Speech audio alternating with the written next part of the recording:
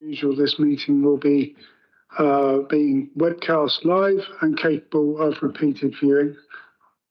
We're almost all in.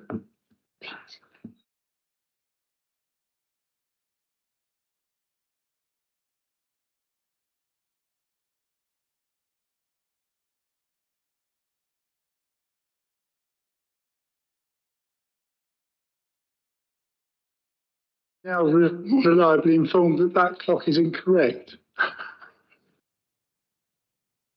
And so it's not one. Yeah. It is now 4. It is, yeah. Right, okay, we can start again in real time. Yes, welcome everyone to this meeting of the Audit Standards and General Purposes Committee. And can I just inform everyone present that this meeting is being webcast live and will be capable of repeated viewing. So we have a few matters of procedural business to go through first of all. So are any members in attendance substituting? Councillor Gilmore?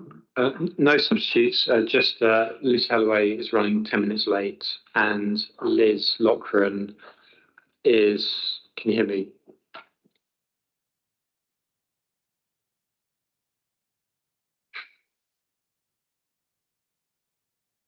Just bear with me.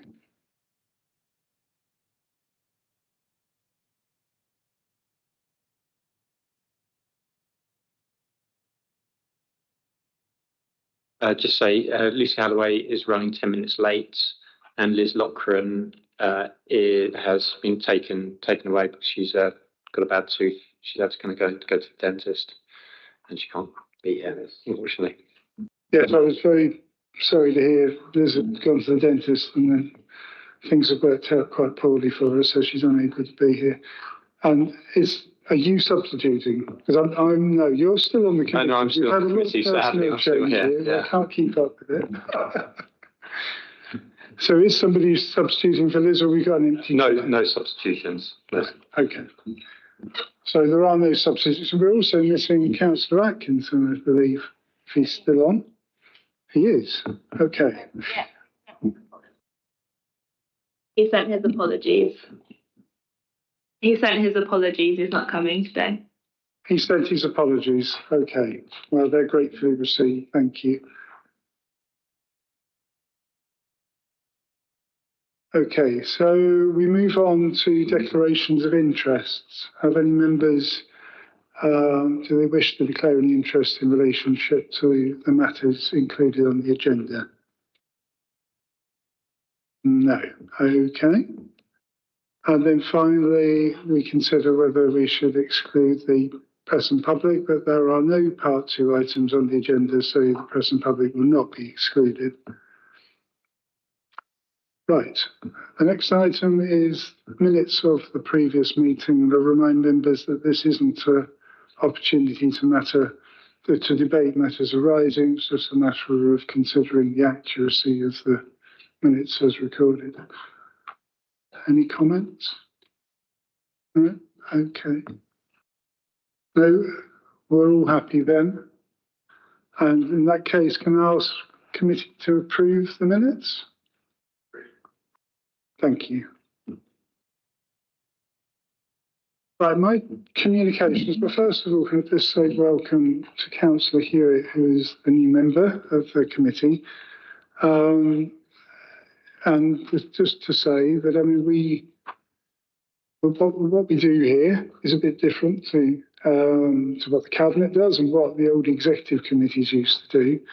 And although we have a general purposes element and we do set some policy, it's quite exciting when we get the opportunity.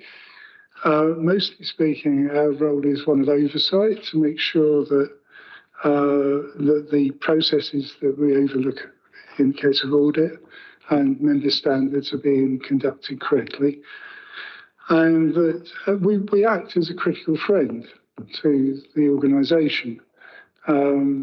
We all obviously want the council to succeed, and times are challenging, and that becomes none the easier as a result. So, yes, our role really is to ask the difficult questions at times as well, because we do need to hear the management and administration's response to what the auditors are finding.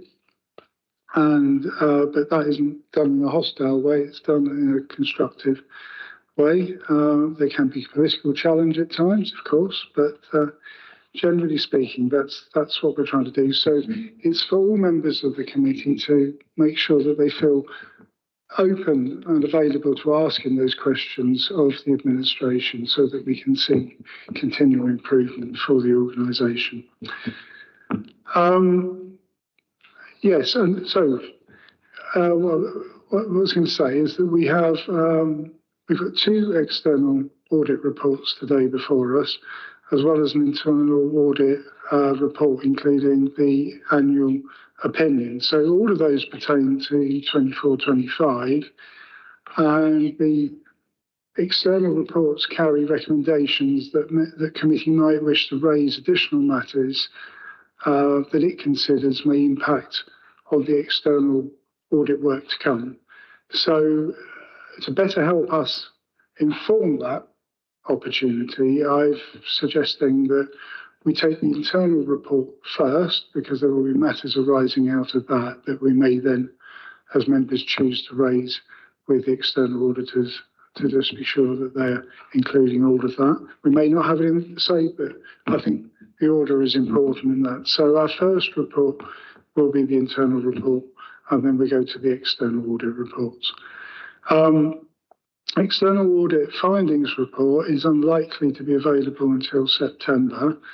So it'll be good to discuss it sooner than our January meeting, which is the subsequent meeting, so that the report is able to best inform the budget setting process for 26, 27 as it will be.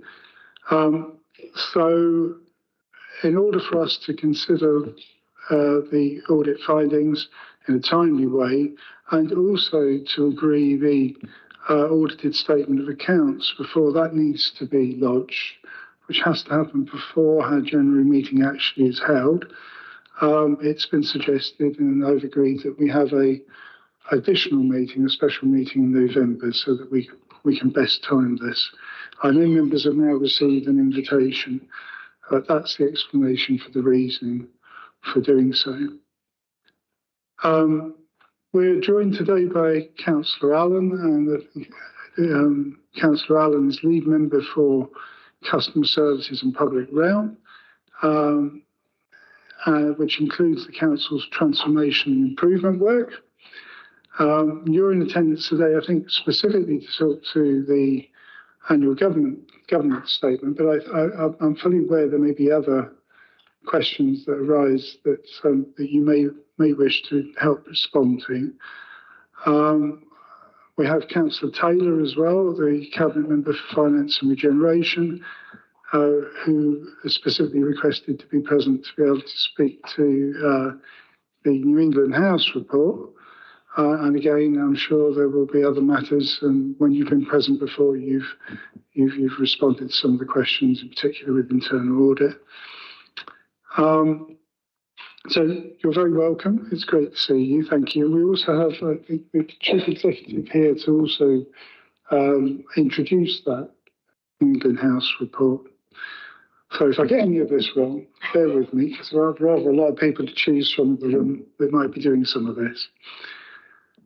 Okay, and the final point to make was that we were due to consider a report this time on housing complaints, and this is a new responsibility for the committee.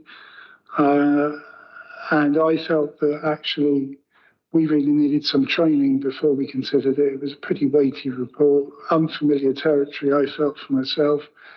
And so I'd asked for that to come to us in September, because there was no particular urgency on that.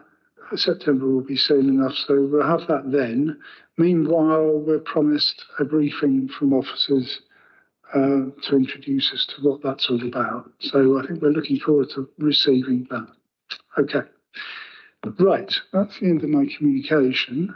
Hope that was all clear. We can now move to the call over. So if Grace, if you would run us through the reports. Thank you. Thank you, Chair. The first item on the agenda is item 7, External Audit Plan 24-25. Item 8, Informing the External Audit Risk Assessment 24-25. Item 9, Internal Audit Annual Report and Opinion 24-25. Item 10, Counterfraud Annual Report 24-25. Item 10, Counterfraud Report. Cool? Okay. Item 11, New England House Closure Response to Internal Audit. Item 12, Formal Approval of the Annual Governance Statement 24-25. No? Yep.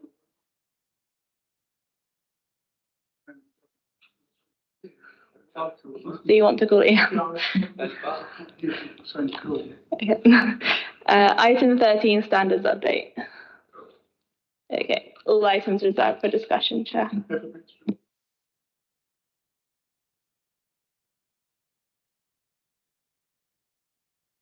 Okay, so all items have been reserved for discussion. And other than the changes in order, it's as per the agenda. So we haven't got any public or member involvement. So we can move on to our first report, which is now the internal audit report, which I have to find it here. Russell and Carolyn were in attendance. Russell in particular. Thank you. Thank you, Chair.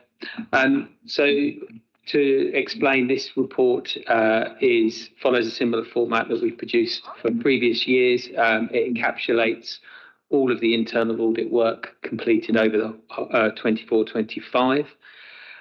Most importantly, the report provides an overall opinion on the Council's governance, risk management and internal control arrangements.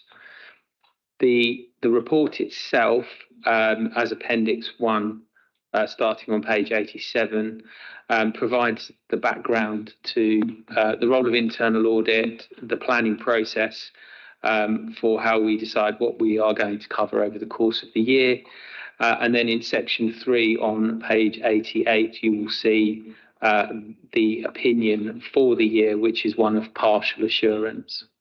Hopefully that won't be a particular surprise to the committee, given previous reports and previous discussions on our findings throughout the year.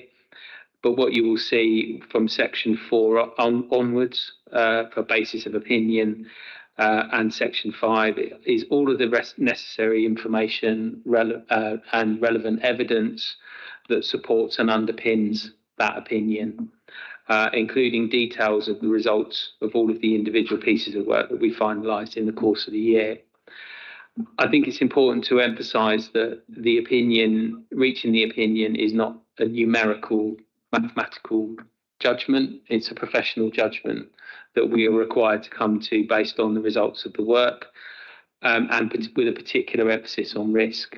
And so you will see within the underpinning narrative, there are some areas where, particularly in relation to key financial systems, where we have provided lower assurance opinions, and given the materiality associated with these areas and the level of risk associated with them, those together have, along with the number of other partial opinions that are listed on page 90, led us to a partial assurance opinion overall. I wasn't going to go through all of the detail of the individual pieces of evidence and findings, and I thought it would be better to allow time for the committee to ask questions on the areas of particular interest. But just to explain the rest of the report, on page 93, there is a short section on anti-fraud and corruption. And as the committee knows, we normally provide a fair bit of information on this. And the reason it's short here is you will see that agenda item 10 is a separate report covering a separate annual report covering all of our anti-fraud and corruption activity for the year. So that report really should be read in conjunction with this internal audit annual report. The final sections of the report, section 6 on page 93, provides a whole range of information around the performance of internal audit. So one of the responsibilities of this committee, as well as considering the findings from internal audit work, is also to satisfy itself that internal audit as a service is performing effectively over the course of the year. So that information and the information in Appendix A, starting on page 96, should help the committee to form an overall conclusion on the effectiveness of the internal audit. And as you will see, all of our key performance indicators for the year have been successfully achieved. Appendix B on page 98, for completeness, just lists every audit that we have issued over the course of the year under the relevant opinions. And you will see that on Appendix C, there is just a list of the work that was outstanding at the end of the year that was in progress that we've either now completed or will be completed imminently. The final thing I would like just to draw members' attention to is page 105, Appendix 2. Just to explain this is, as the committee knows, we report each quarter with a summary of the findings for all of the individual pieces of work that were finalised in the previous quarter. And so what we've done here is, as an appendix to the annual report, we've provided details of all of the internal audit completed in the final quarter of the year. So you have a summary of that activity as well for completeness. So that was all I was going to say at this stage, but between Carolyn and myself, we're very happy to take any questions. Thank you, Russell. That's very helpful to have a clear understanding of the structure and purposes of different parts of the report. If members have questions, Councillor Meadows.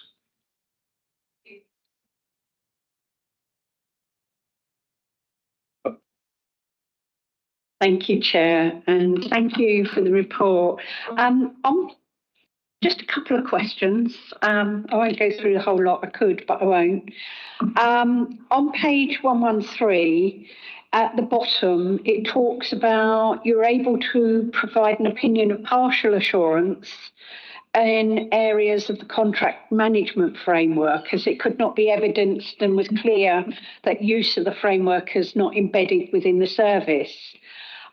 We used to have something called the Procurement Advisory Board that would work with managers and anyone who had a budget within the service to keep contracts under review and make sure that contract management framework was at the heart of everything they did. I'm a bit concerned that seems to have fallen off a little now, and wondered whether you felt it would be useful to have it back again. And my second question is on page 115, where it's talking about the property asset collection controls, partial assurance. There was a phrase there that said actual practice was also found to not align with that documented. That was a curious phrase for me. So I just wondered if you'd be able to elaborate a little on what that actually means, please. Thank you.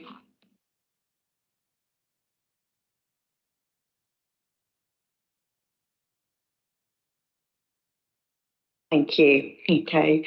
So your first question was about contract management and the contract management framework.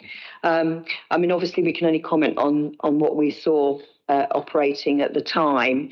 So what we were describing was that the contract management framework is in place, and there is lots of information about that on the wave, and that's sort of led by the procurement team.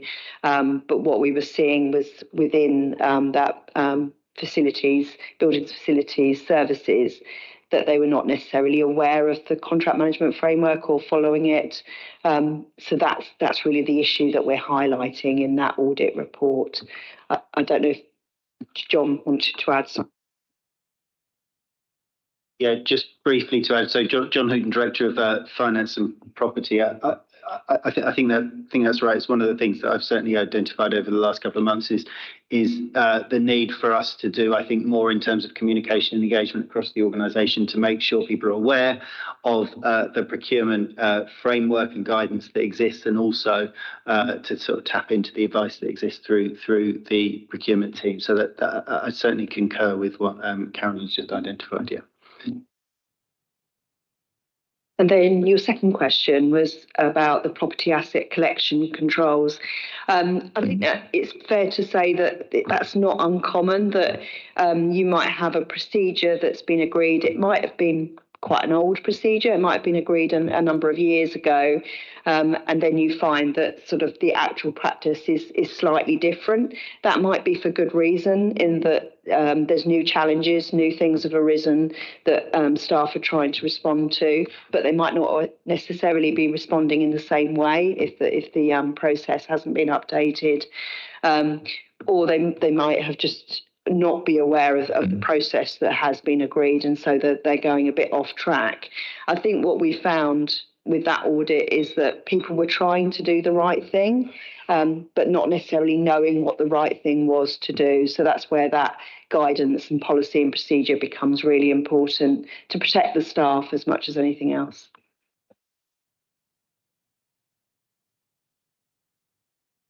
You got another one? Just coming back on the procurement advisory board, it's something that we used to have a couple of years ago. This administration felt it wasn't necessary. I just wondered if something like that, where contracts and managers were brought together, it would have been helpful to avoid some of the, I mean, things are always getting updated through government and everything, and it can get quite complicated sometimes for managers to keep up to date. So I just wondered whether that would be useful to be reintroduced again. Before you answer, John, I know Liz wishes to say something here. It's probably two separate things, because I think it's a really clear and important point that Councillor Meadows has raised in relation to the oversight of contract management, and I'm sure that's what John would want to come in on and has been talking about, something that we want to review. But just on the specific point of the Procurement Advisory Board, that, just to be clear, that was, as you know, a procurement board. It was there to look at procurements that were proposed to come to committee for decision that had a value over £1 million. So it was having an early look at proposed procurements, and then the advice of that board was included in a committee report about whether that procurement was recommended by members to proceed. So it wasn't about managing the contracts after post-procurement, but that's not to say that there isn't an important discussion and conversation to have around contract management. So I don't think that the Procurement Advisory Board is what we are talking about resurrecting. Just quickly come back. John, did you want to say more? I think I might have followed up on another point. I don't know whether Councillor wants to come back in before I do. Yeah, I think Councillor Meadows is eager to say something about this. So can you? It's just the whole process of the Procurement Advisory Board highlighted to all managers from every level that they needed to be aware of certain aspects of procurement, or even just purchasing anything, that they had to be aware of processes. It's just a way of communicating as well. Thank you, Councillor.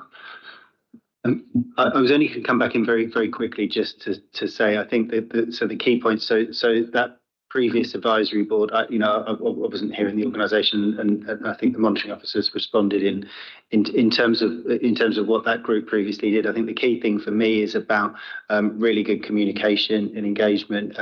So the procurement team being really proactive in terms of getting advice out to the organisation, and also the organisation being proactive in terms of seeking that advice from the procurement team. So it's about, for me, I think it's just about how we make sure that everyone understands where the advice is, where the guidance is, and that actually there's that really good two-way conversation between the procurement team in terms of the advice they give, and the organisation being proactive in seeking that. So that's the sort of thing that I'm talking about, I think, in terms of embedding. Well, I'm sure we look forward to the follow-up report of audit on this matter anyway, because there will be one following a partial. Okay, have we got any other questions? Councillor Hewitt. Thanks, Ed. Just a quick comment, just following on from that discussion. It's worth noting as well that we do have a cabinet advisor with a portfolio for procurement and contract management responsibility. So there is still that member insight working across the organisation. Okay, things are done differently. Councillor Baghoff, you have a question? Thank you. My question was about also the procurement team. I understand there is a team which decides about procurement. So when I looked at the percentage of where it says corruption, which could include bribes for procurement, and then the allocation being done in not the right procedure, it's a high percentage of 9%. So I was wondering how it happens, because if it's a bribe, does it mean it's the whole team that are being bribed then at the same time, or how does it happen to be so high, 9%, if there's a team to decide? Thank you. Russell. I think that question relates to the counter fraud report, which is the next item on the agenda. I mean, I don't know whether Simon wants to cover that now or whether you want to wait. Yeah, we can come back to this then if it's a later report. All right. I thought because it's connected, so maybe it would have been easier. But we can wait. It's all right. I don't know if there's anything specific in this report about that, though. We'll come back to it.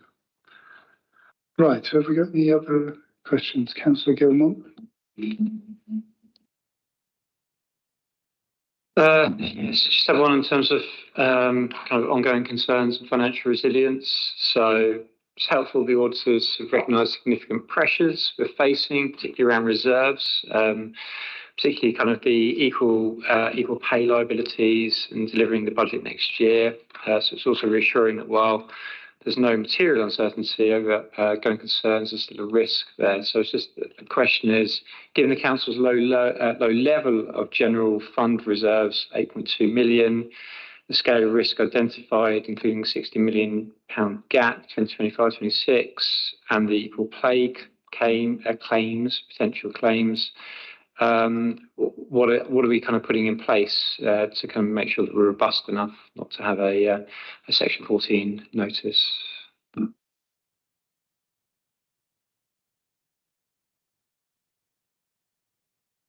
Councillor Taylor.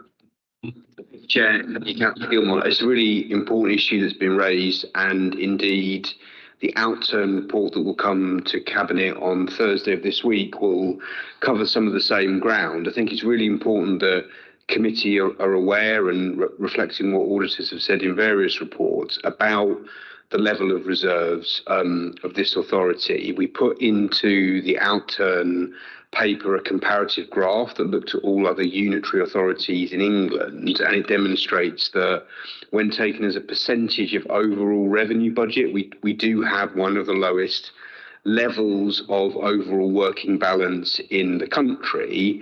Obviously, there was a previous overspend on annual budget that drew down those reserves below the 9 million. The 9 million was a sort of recommended low level. I think John, who's new in the organisation, would come in and say that he doesn't think that 9 million is actually really at the right level, and it could be a bit higher, and that would be better.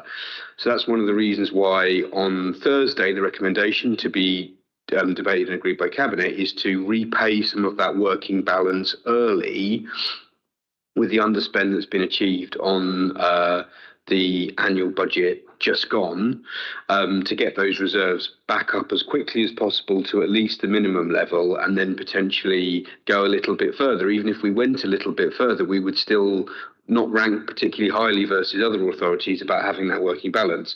As you say, and as other auditors draw out, the reason that working balance is important is because there are things that we know about as potential risks, and not to get too Rumsfeldian, there's also things, known unknowns, and there are unknown unknowns. There are things that we just can't foresee that could come up and face this authority that might require a one-off amount of money. And if your working balance really is that low, you then faced with a difficult position in that you might be able to scramble around and capitalise something quickly, and if not, you'll have to go to government, and we obviously don't want to be in that position. So we take it really seriously as administration. I hope our internal and external auditors will recognise the fact that we're paying back the working balance early and aspiring to get that working balance higher than the previous recommended minimum amount. So that will be a good thing. Obviously, we're in economic uncertain times globally, and also we've got local government reform and the uncertainties of that to face as well. So thank you for the explanation. Councillor Gilmore. Thank you, Councillor Taylor. So just picking up on one of the potential liabilities, the equal pay claim of 1,600. So in terms of the audit, they said that you're taking legal advice, looking like a two-year time frame. So it's really good that you're kind of engaging in that. I was just wondering, in terms of how often you're looking at that in terms of that kind of classification, and whether that becomes a risk. Do we just wait for the lawyers to tell us if it's a risk or not a risk? John. Sure. Maybe I'll respond briefly on this. Liz may be able to expand. I think our ability to understand our liability around equal pay depends to some extent around legal advice, and we're working with legal advisors on this at the moment, but also the court process. So at the moment, we haven't begun to go through that process in court to understand the nature of the claims, the number of the claims, the validity of the claims, and so on. So this will become clearer as those claims go through the process of court over the next couple of years. We are likely to see a court case in the autumn that will start to clarify this. But at this stage, we don't have sufficient information to be able to be clear about what our potential liability is. But the monitoring officer might want to expand on that. Anyone else? Okay, I'll take my turn. No, Councillor Gilmore. No, go ahead. Okay. So just had a question on the lease accounting implementation. So in terms of, like, you've got this new internal financial report standards that you've got kind of put in. So I was just wondering, in terms of kind of how that works. So then, with regard to the data around lease data and the systems, whether that's kind of adding anything into the system. So is it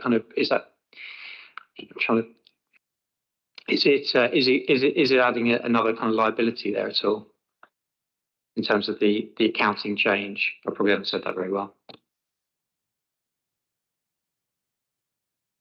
I'll leave that one to you. I'm afraid I'm not an expert in this particular area. I think this is not. This is more around an accounting change in terms of how we understand and account for our assets, rather than any change to the number of assets that we've got or our kind of potential liabilities. But I think it's more around valuation and a change in accounting treatment. I'm sort of looking to my auditor colleagues to know whether to expand on that or correct me if I'm wrong. Okay, right. If there's no more questions, then I have to say I really need to reflect here. I think concerned about the gravity of some of the wording in this internal audit opinion. the fact that it is a partial assurance only for the second year in a row, the previous 2 years were not, and some of the comments. So what have we got here? In a number of key areas, controls were not fully effective.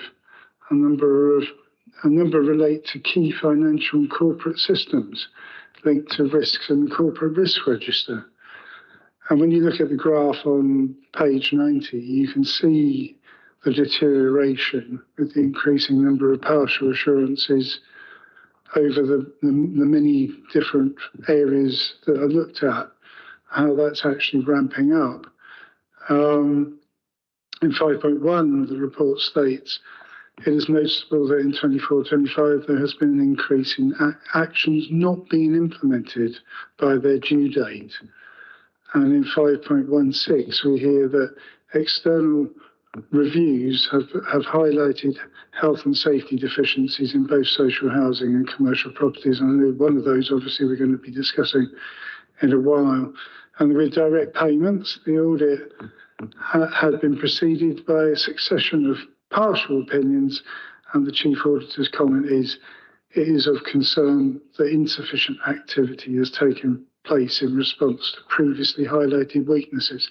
And this is quite damning stuff. I do appreciate the pressures upon the council of our financial position.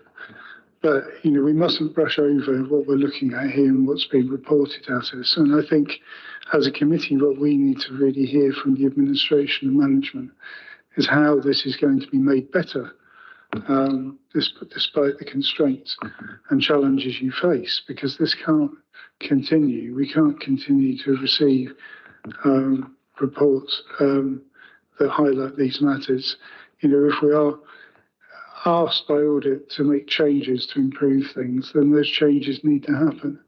They can't only half happen or whatever, or happen too late, and so on. We've got to be more effective. So I think would be my feeling of committee's concern. The Chief Executive would like to say something in response, and I appreciate that.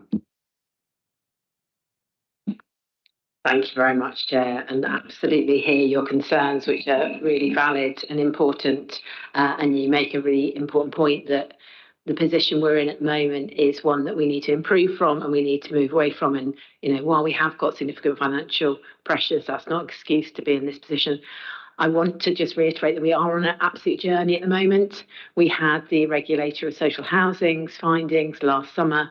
There's been a huge amount of work going on and a huge amount of investment by this council, commitment to investment by this council to rectify that position. A lot of these partial assurances, there is a lot of work in place that is bringing us back up, and we are monitoring that really closely, and we put in really strong frameworks through the corporate leadership team to seek to do that. That doesn't mean the environment we're operating in is not challenging. It absolutely is, and these will be hard to shift and change. But this isn't something that's come about in the last 2 years. This is sort of something that's come about over a long period of time that we've ended up in this position as an authority, and we're now really driving not only the structure change but the culture change that's really needed to shift this. So I just wanted to respond to that sort of high level and just make it clear that we are taking this absolutely seriously. So we would hope in a year's time we'll see the fruits of that revealing itself in the responses we get in this report. Okay. Councillor Gilmore. Sorry, just one more question with regards to that report, if that's okay. Yeah. Okay. So it's just in terms of the large panel system. So we've kind of taken the blocks down to a value of nil in terms of value. So I was just wondering the significance in terms of how we're valuing lands. Is that a one-off in terms of, because they're large panel blocks? And is there any kind of correlation of link of risk around kind of pension funds or anything like that? So just a bit more kind of context around that would be nice. Who's going to go for that? I think that question relates to the external audit report. So it's not something would be in a position to respond on. It's in the external, is it? Yeah, it does mention it in there, doesn't it? I don't think it's in this one, but yeah.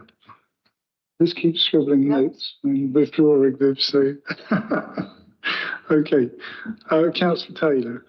Just only very briefly, Chair, which is to say that I broadly agree with what you said in your comments about the seriousness of what's in the audit results, and the Chief Exec has talked about it. And as you have said, we can't have a situation where there are findings in audits and then the actions are not being followed through with departments. I think from a member perspective, cabinet member leadership perspective, we take this pretty seriously, and we've reviewed it in a number of meetings ahead of this report being brought here. I think we also have to draw a bit of a distinction between what members can reasonably do. I think at some meetings I've suggested, can I get more involved in the specifics of audit issues? And perhaps that isn't really appropriate because members are obviously not running these departments, but we do have obviously overall political oversight of the administration. But I agree with you that we need to see an improved position, and this time next year we would like to see less partial assurances and less issues being flagged. As Jess says, there's obviously a cultural shift that needs to happen. There's obviously a battle against the backdrop of very tight resource environment, but as Jess said, that can't be an excuse. We're still an organisation of many thousands of employees and a budget of nearly £1 billion across everything. We've got to make sure that we've got rigour around our processes and controls and the output from audit reports, and making sure that we're following up and taking action. And that will be the very clear steer from the political administration, and I know officers will be taking it equally seriously. Obviously, as a cabinet, you have considerably more direct influence than chairs of committees ever had. So I hope, I know you take it seriously, and we look forward to this getting better. And I'm sure you're working very closely with senior officers on this. So yes, this time next year, Russell. Sorry, Chair. Just I think that's important in this context, just for appropriate balance, that yes, there are areas of control weaknesses, and we've identified particularly in relation to key financials. But if I could draw the committee's attention to paragraph 3.3, in that there are examples in our work over the course of the year where we've been directed by management towards areas where management recognise there is opportunity and scope for improvement, and internal audit has been quite rightly used as a tool for helping to secure that improvement, and that's something to be encouraged and not something we would want the organisation to veer away from. So I just think it's important to add that for context, really, when looking at all of this in the round. As I think we're always aware in this committee of the value of your work and the opportunity for management to access your services to help them. That's the whole point of it. You're not there to tick them off. You're there to help them.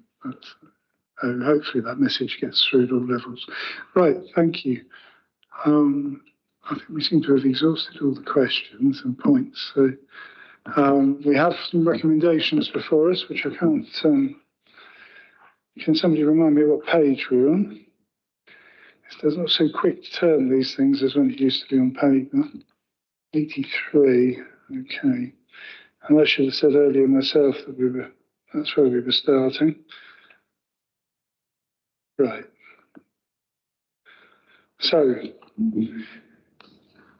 okay, so the recommendations are on page 83, and we are asked to note the report and opinion to determine if there's any matters committee wishes to consider for inclusion in the annual governance statement.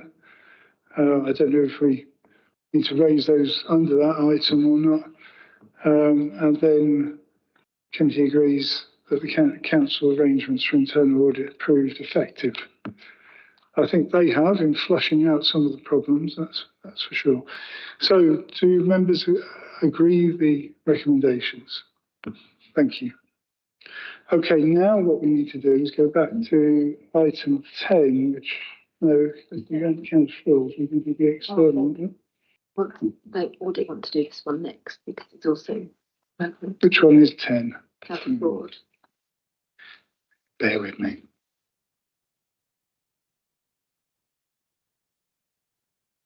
Okay, so we can let the internal auditors go.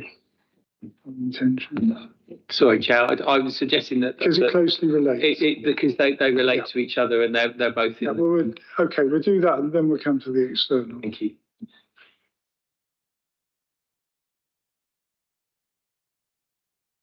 So thank you, Chair. So I'm Simon White. I'm the Audit Manager Counter Fraud. I'm part of the Counter Fraud team in internal audit. What we bring before the committee today in the appendix is the summary of the work that we've completed over the past 12 months. As Russ has already explained, it does feed into his opinion as the head of internal audit. So we tried to provide a balanced view of what we've done over the past year. You can see that it has been a busy year for us. So in terms of the resource that we have available, we have a contingency of 120 days in Carolyn's audit plan. We increased that allocation this year to just over 180, and actually we delivered 195 days of counter fraud work across Brighton. You can see that there was an increase in allegations. I think part of that is that we had a NFI results year, so there was a lot of cases through NFI that we set up. But I think it can also be a positive indication of maybe some of the cultural shift that we've talked about, in that people are comfortable speaking out and raising their hand if they see something that causes them concern.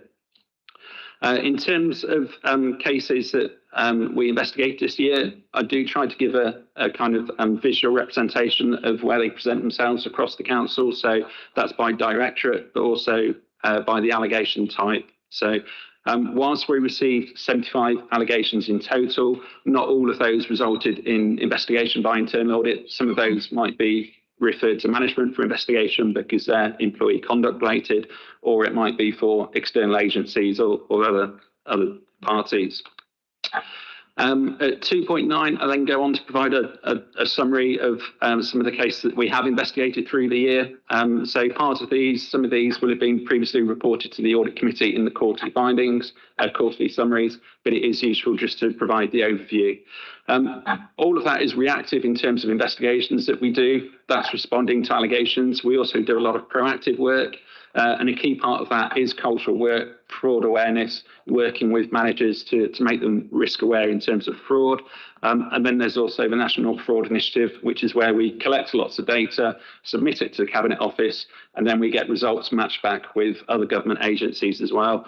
As I've said already, it was a data release this year.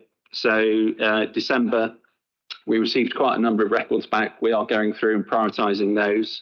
As you can see at 3.7. And then at 3.8, I have provided just an overview of the results from the previous exercise, just to show the benefit of participating in NFI. Obviously, it's not just corporate fraud that we investigate.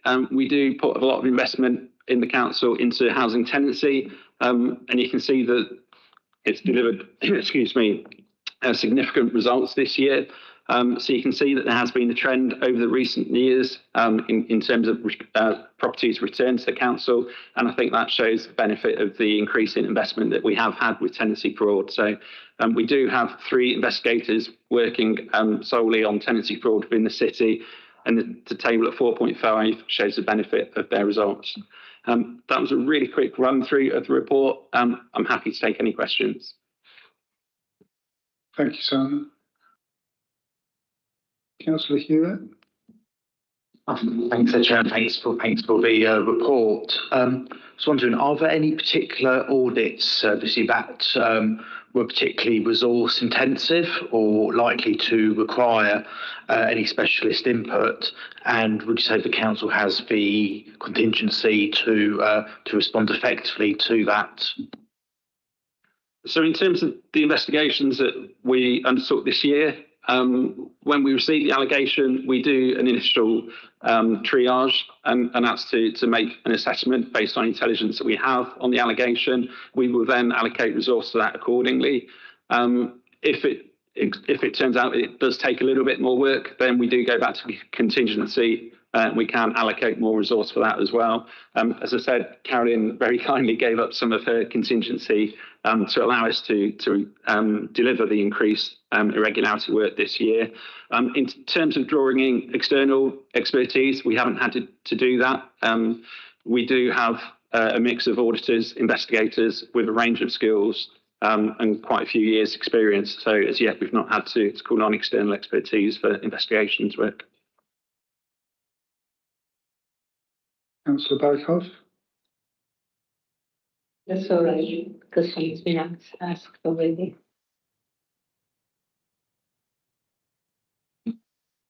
Councillor Halliwell. Thank you, Chair.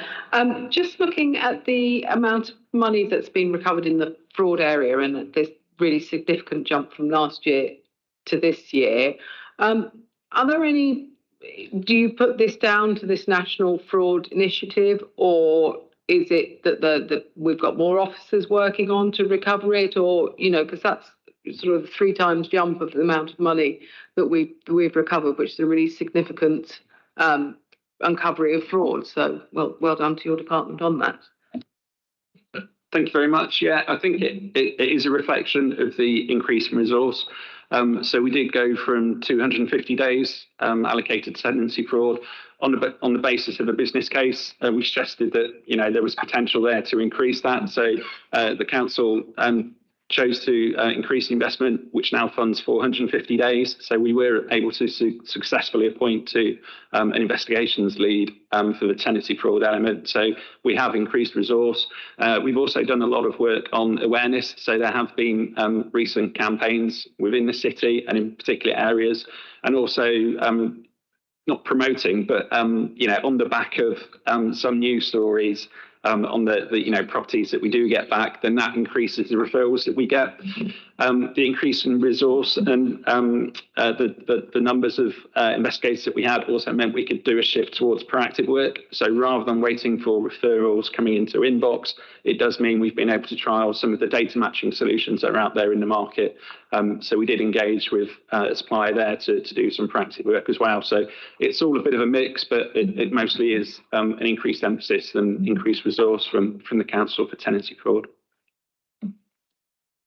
Sorry, do you see this amount of money being sustained, or do you think this is because we've had so much proactivity? Do you think that we're going to be able to keep getting that amount of fraud back on a yearly basis?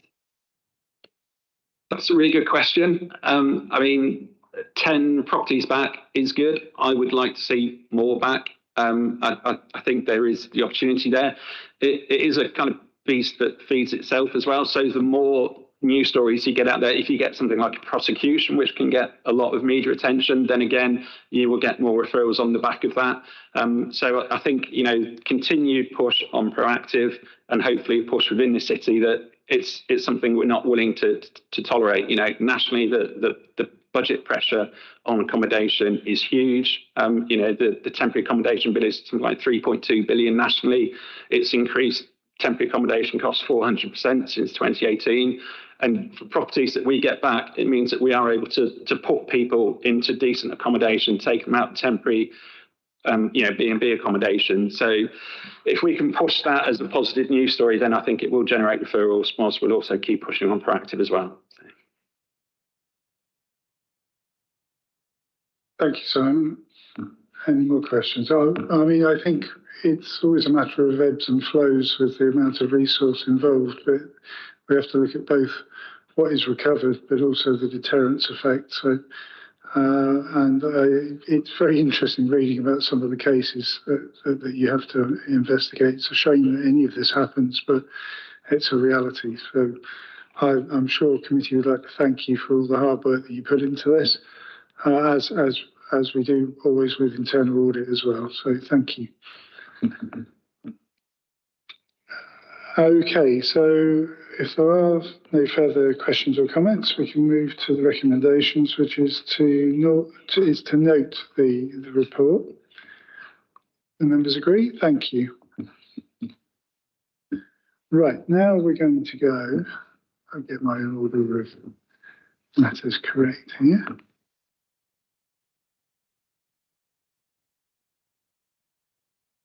We're going to go to the external audit plan, which you will find on page 11.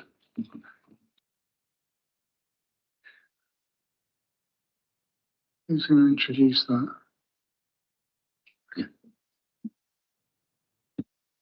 Thank you, Chair. I'll take the report as read, but there are just a few things I wanted to draw out for the committee's benefit. So this is our audit plan for 24-25 audit.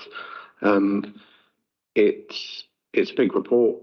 It's 50 pages. That's because auditing standards require us to communicate a lot of information to those charged with governance, which is this committee. So it explains various things like our approach to materiality, the areas of focus where we're going to direct most of our work and audit resource.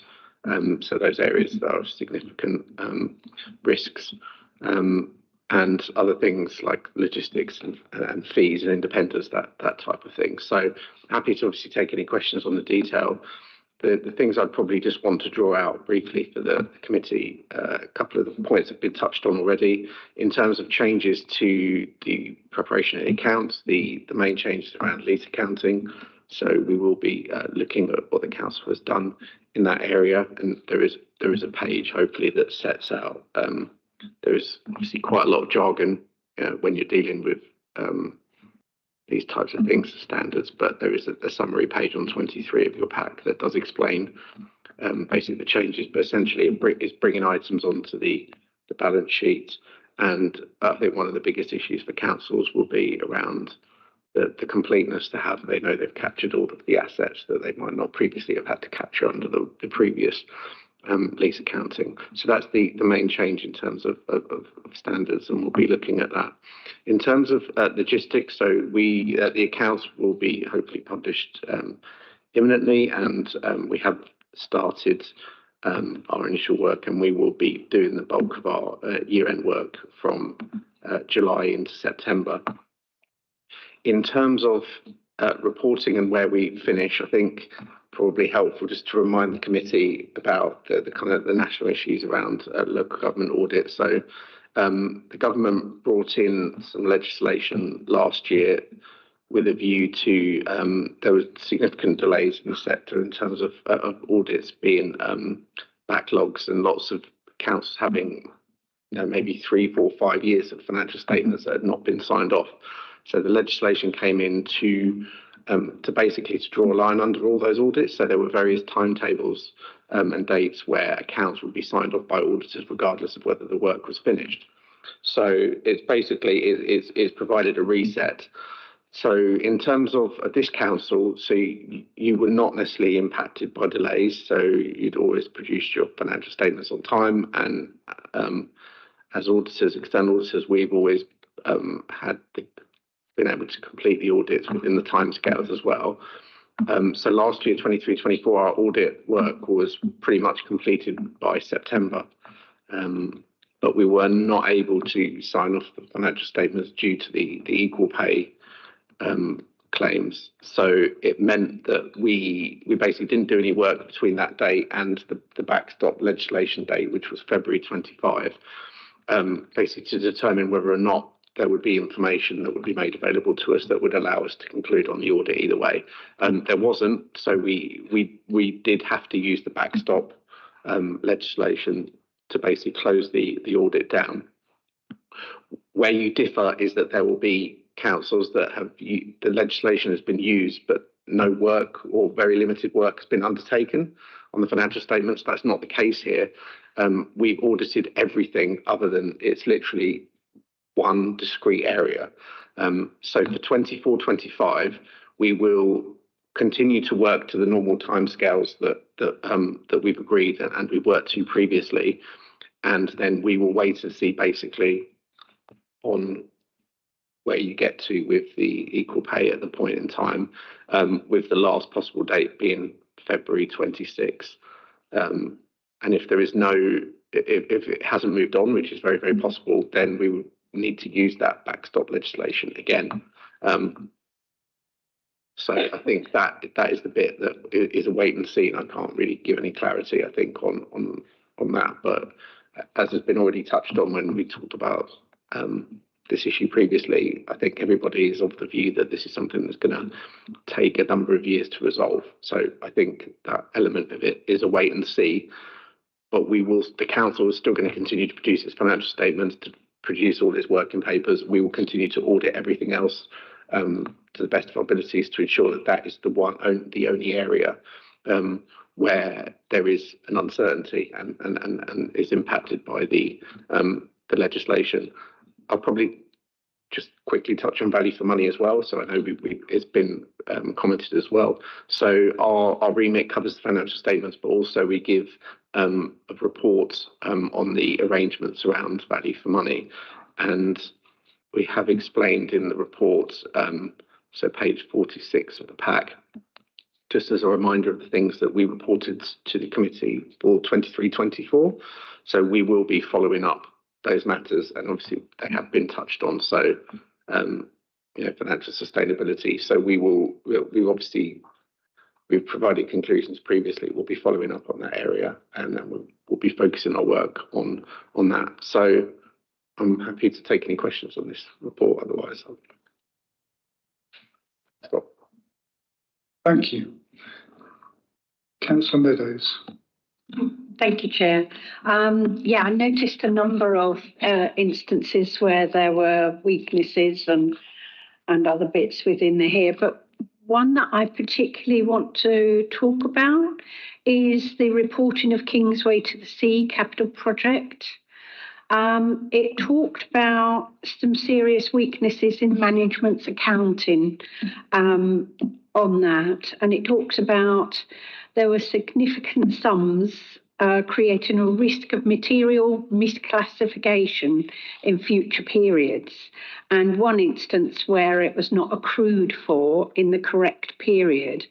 I just wonder, is this a very careful way of saying it's not accidental, or do you believe that it was a totally innocent way of misclassifying which invoices should be paid and go where?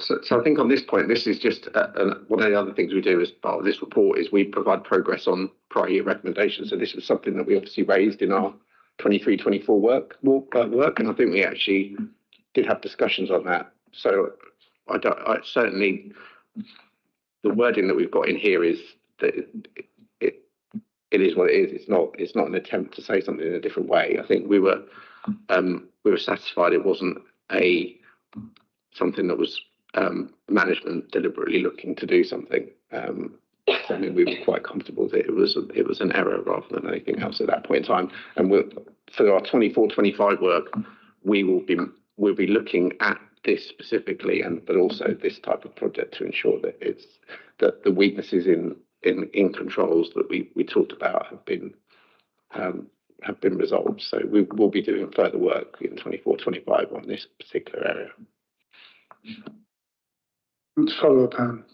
Yes. So you said that this is old data from 2023. I just wondered why it hadn't been picked up in 23-24 and wait until 25-26. I just wonder why there was a delay in picking it up then. So why it's reported. It's been in a previous report. This is just our follow-up. So it was reported in our 23-24 work. This recommendation has been lifted directly. The purpose of it for this report is so the committee can see that things that we've raised in previous years that we've sought to follow them up to make sure that they've been implemented. So we're just explaining that we've raised this report. It's been in a report that's gone to this committee. We are following it up, and this is a reminder to you. And we will be doing work on 24-25 in this area again. Yes, I think that was already explained, Dan. Yeah. So we'll see from the next piece of work how well they've got on with ensuring things have changed. Any other questions? Councillor Hewitt. Thank you, and again, thanks for the report. I was immediately drawn to the page on local government reorganisation, the cabinet advisor role on that. Just a comment regarding the population size, which is quoted in the report of 500,000. It's been clarified by the minister that was a sort of guiding principle and not a strict target. So population sizes can be below that number. So just wanted to just put that out there. But the question I have is, you signed that page off by saying a grant for meeting regularly with senior management to discuss the matters outlined on that page. I was wondering, would that extend to discussions with existing neighbouring local authorities, as well as there's obviously an emphasis on all local authorities to work collaboratively on data sharing, evidence sharing, on the local government reorganisation submissions. So I was wondering if your scope would go across those authorities as well. We are actually the external auditors for all of the bodies that would be potentially involved in any reorganisation. So not myself, but a colleague of mine in the firm would be dealing with as the external auditors for those bodies. So we do certainly seek to be joined up, and one of the ways we do that is through our value for money work. So from a financial statements 24-25, there's actually very little impact from the reorganisation. It's a forward-looking bit. The only bits that we do reference in our reports, and this is a general risk and something that external auditors have been told to look at, is around the risks of reorganisation and what might that mean. For example, is it whether organisations have the capacity bit going forward, or whether or not they're taking any decisions that might be influenced. So we've talked about whether there are projects that have suddenly been undertaken, or committee or councils that are running down reserves that they've accrued in the years because they're moving to a new organisation. So the value for money work will look at a lot of that, and certainly from our reporting, as we cover all of the bodies involved and the people that do the work on our value for money work, it will be the same people, the same group of people, that we would be making sure that there was consistency in the messages that we were making and the statements we were making across the organisations involved. So it would certainly be, we wouldn't be saying one thing to one and something different to another. I think that's very helpful, and I can really see how that is, a joined up approach across that. So it's very reassuring. Thank you. Well, I'm very aware that Grant Thornton has also helped councils around the country to become unitaries in recent times. They've got considerable experience, and it is really helpful that they are also auditing all the councils that might be involved in our localised reorganisation, because their experience will be really valuable. But I've now attended 2 webinars as chair, their invitation, about LGR, and from their experience of unitarisations elsewhere, is that I think the big takeaway I get is the uncertainties and the ease with which councils understate what is actually going to happen to them. And this is not going to be an easy thing, and it can take a very long time for it to settle down.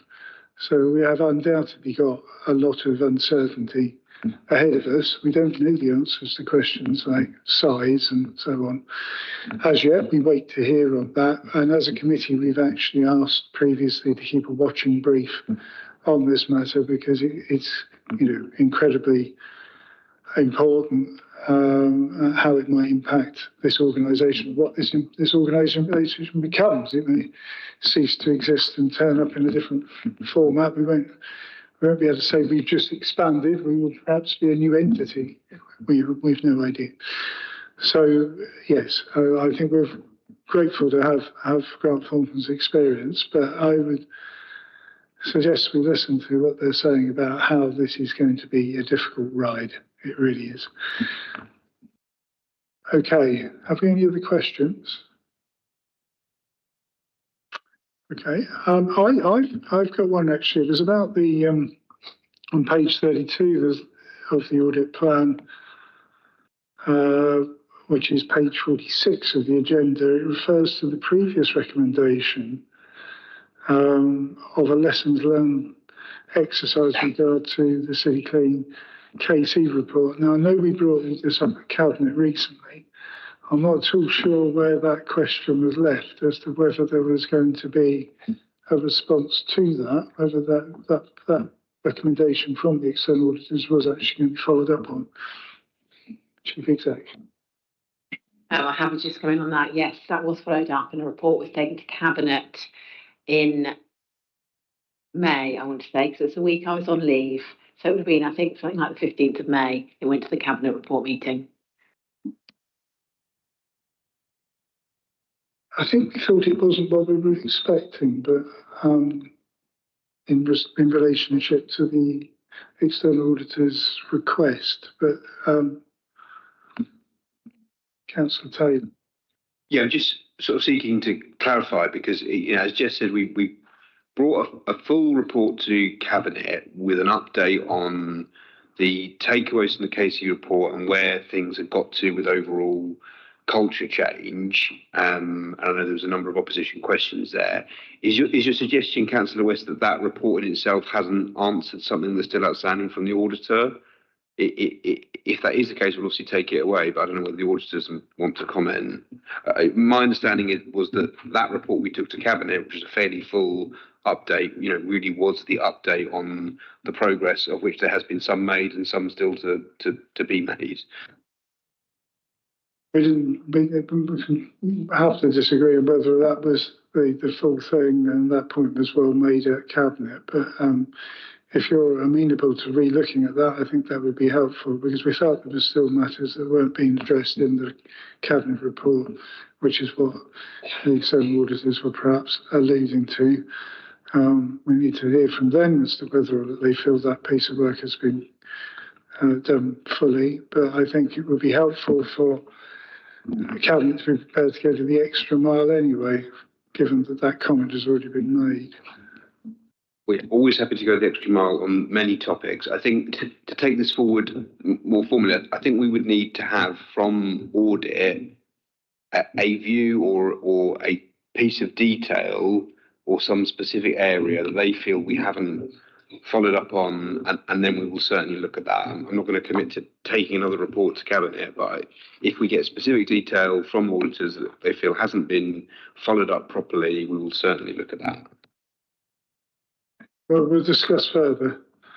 I'll consult other colleagues as well to see what they feel. Okay, thank you. I'm not sure that was a question for you to answer. Yeah, I don't know. So we will look at it. So our work is coming. So we've not voiced at the moment. We haven't looked subsequent to that. So I think we would look and see what's been done and take a view on that. But at the moment, I don't know the answer. So yeah, I think that's a fair point. Probably by the next meeting, we'll be in a position to have looked at that and be able to say whether we believe that the action that's been taken responds appropriately to the comment. Yeah. Yeah. Thank you. All right. In that case, I'll get onto the right page myself. I'm going to be now page 11. Bear with me.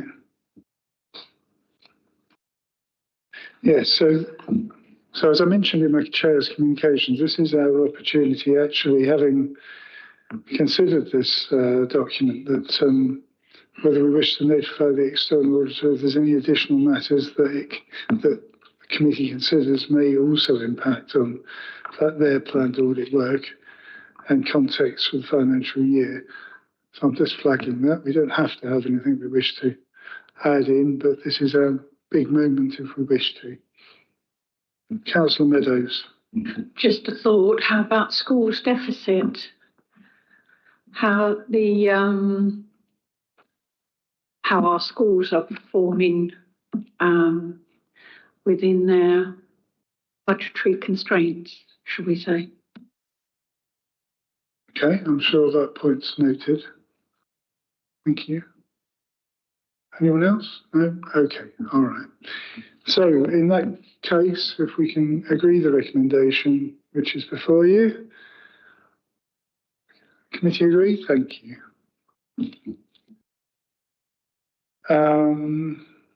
Where do we go? Sorry. So now we're going to informing the external risk assessment, which is page 65 of your agenda. I'll get there in a minute. Technology is meant to make it easier. Right. So, who's introducing? John. Thank you very much, Chair. I'll do, I think, a fairly brief introduction on this. So this document that the committee has in front of them is a document that I suppose is designed to highlight any kind of key issues relating to things that have happened throughout the financial year that the auditors are currently looking at.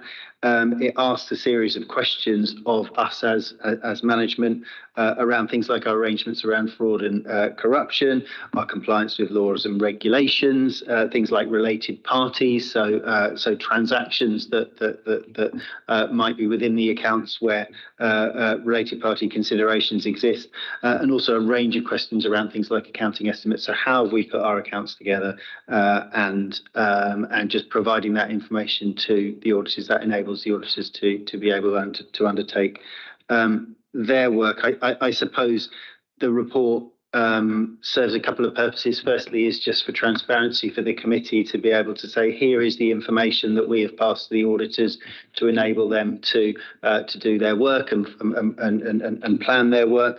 But it's also, I suppose, an opportunity for the committee to look at this information and say, well, actually, is there anything else that you feel ought to be included in terms of some of the questions we've answered. So that's I won't go through all of the detail, but as you'll see, the questionnaire is fairly thorough and it covers a range of things, just enabling us to be able to bring to life maybe some of the major issues that the auditors will want to focus on as part of their work. So thank you.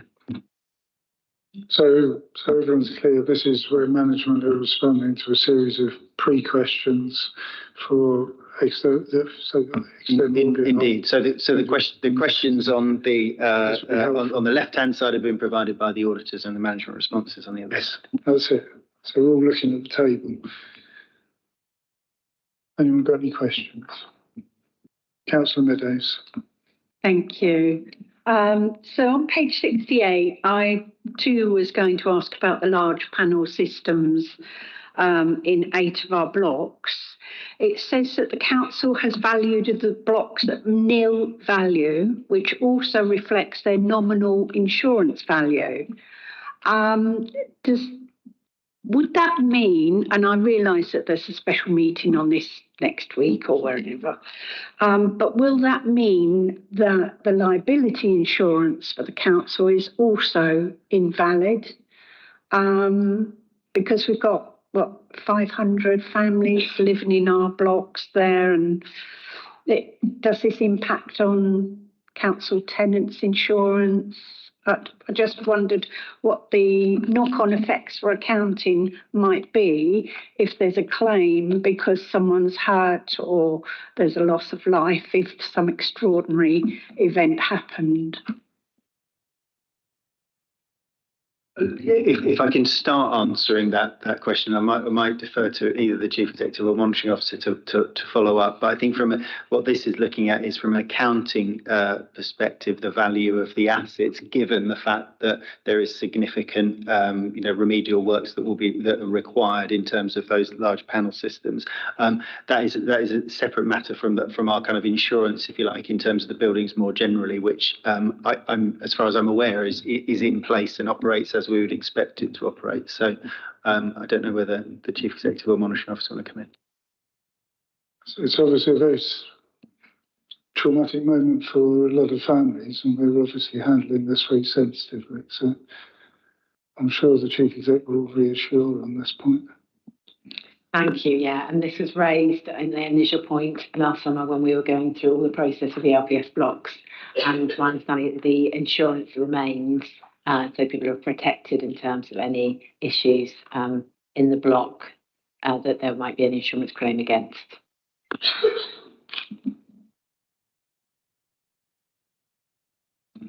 Follow up, Pam? Yes, just a general question then about how much our council stock is now worth, given that 8 of our blocks have been valued at nil value. Would it be an accountant question to ask then, does this nil value of those 8 large blocks deflate our value of all our council stock? Yes, so I mean, I haven't got all the valuations of our council stock in front of me or to hand, but absolutely something like that would reduce the value of our council housing on our balance sheet. So yeah, property valuations fluctuate for various reasons. So yeah, the value would reduce in that particular respect. If I may, because I've got just a couple of questions, and that relates to my very next question, which is on seaside homes, where it talks about refinancing for the return of seaside homes to the council, but interest rates are currently unfavourable, and a major valuation exercise needs to be undertaken by both seaside and council. Would that mean then that this is a good time to do that valuation while our stock and everyone else's stock is devalued? Is one question. Shall I go on to my next question or wait for an answer for that one, please, Chair? Well, as you know, I don't rush anyone, and so if you want, take your time over this and get the answers in as you need them. Thank you. I meant to say this earlier to newer members of the committee. We're not in any hurry here. The important thing here is that we get all questions answered properly, and all members feel free that they don't have to rush themselves to with their contributions. The seaside homes? That probably gives some context on the point. So as part of our audit, we looked at the impairment and it's gone down to 0. But the council dwellings balance last year, the audited balance was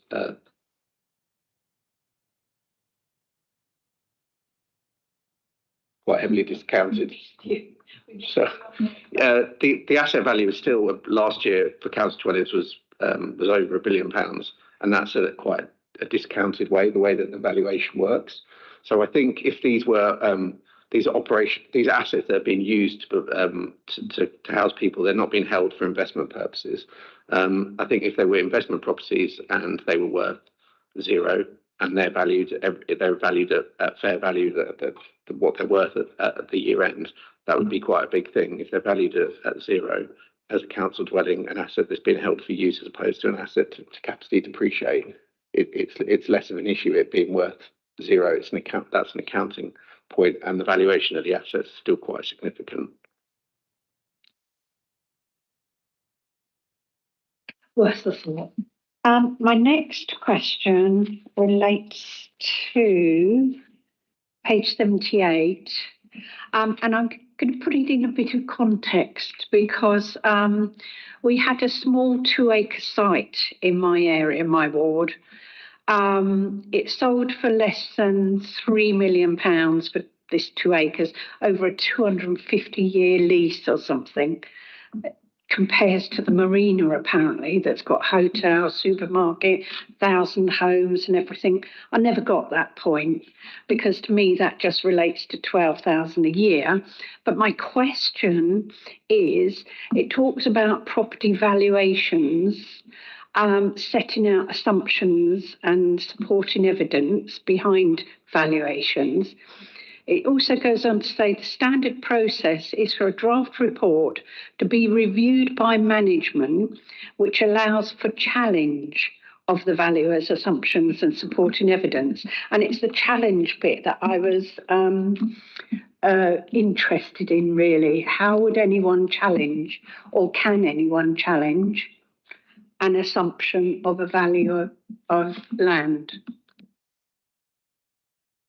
I mean, maybe there's sort of something in the wording here. I don't think the response is designed to suggest that we would sort of not take a valuer's advice and take a different view. But I think in drafting a report around the valuation of all of our assets, part of the process that we would go through with our property team is to ensure that the valuer has had all of the full information that the valuer needed to be able to come to a reasonable judgment on value, that any kind of information that particularly the property team would have in terms of their expertise feeds into that, and where there are any kind of sources of discussion, that those would be those that we had before the report's finalised. So I don't think it's suggesting that we would take a different view from the valuer. We want to ensure that we are making sure that valuation is informed by all of the information that management and particularly our property team would have at their disposal.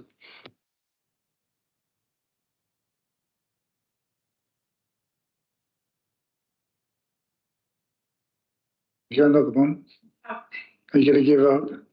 I'm going to give up because, it says it allows for challenge, and then they're saying, no, it doesn't mean to challenge. I would suggest that the wording is actually, it's quite good wording insofar as it's actually responded to the auditors. So as auditors, one of the external auditors, when we're looking at the valuation of land and buildings, one of the things that we actually specifically ask of management, if you're using an external valuer, is have you we use that exact word, have you challenged the information that you've been provided? Because actually we don't want to see that you've just accepted, you've outsourced the activity to an external advisor, and you've just put in your financial statements what they've told you, because actually they're your accounts. So actually we seek to see that there has been a robust discussion between the council's external experts and management to get to the figure that is in the financial statements. So it's not just been accepted. So it's something we would expect to see, and the language for the context of external audit is appropriate language in this instance. So it's something you would want to see. Thank you. Have members got any other questions? Councillor Gilmore. So just have one question. To what extent is freezing recruitment and freezing non-critical spending in conflict with risk mitigation?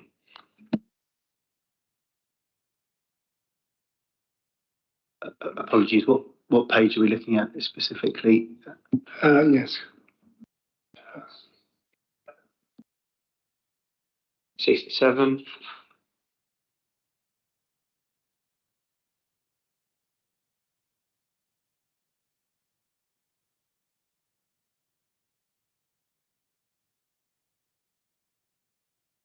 Some 67 on the PDF. So it's under general inquiries. So what do you regard as the key events or issues that will have a significant impact on the financial statements 2024-25?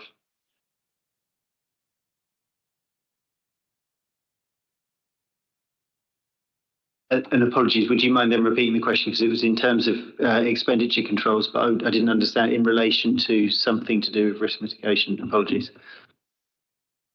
So to what extent is freezing recruitment and freezing non-critical spending in conflict with risk mitigation? So I mean, I think the reason for including it in here was that the freeze in expenditure and the freeze in recruitment, apart from critical areas, that in itself was the risk mitigation in trying to make sure that we brought an overspend position back into line, if you like. So I think what it's saying is various things were done throughout the 2024-25 year to bring our overspend back in. And one of those risk mitigations was around expenditure controls that were put in across the organisation. presumably that opens up other risks as well, doesn't it? Is that what you're driving at?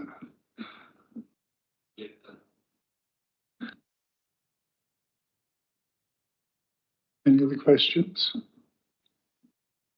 No. Okay, all right, thank you.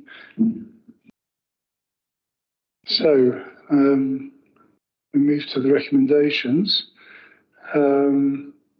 which are before you on page 65, that we note the audit risk assessment document. And then again, as with the previous report, this is an opportunity for us to flag anything that we feel should be notified to the external auditors. No? Okay. Right. Are committee happy to agree the recommendations? Thank you. Right, what I'm going to propose now is that we take 5 minutes break because we've still got plenty more to do. And I certainly need a little rest from this. So. Well, I don't trust these clocks, but my watch says it's now past. So if we come back in at 25 to, thank you.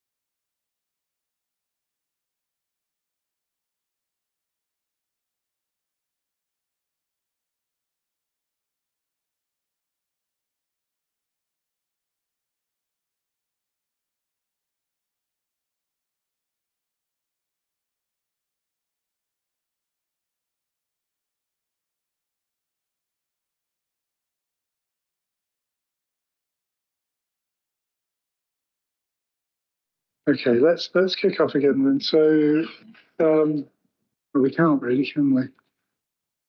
Because it's New England House next. We'll just wait for it. Oh, you're going to introduce, aren't you? But it's there for a poll then. Okay. You want to make a start then? Okay.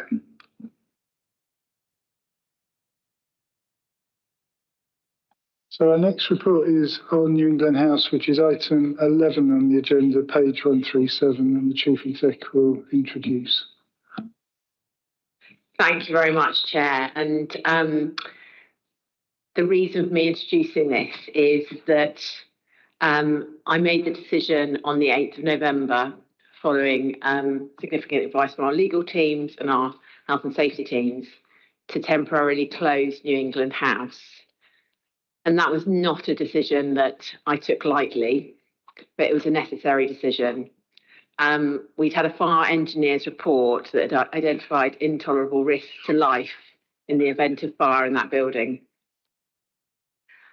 And as people always know, that the safety of our tenants, our business tenants in that building, and our staff in that building absolutely had to come first.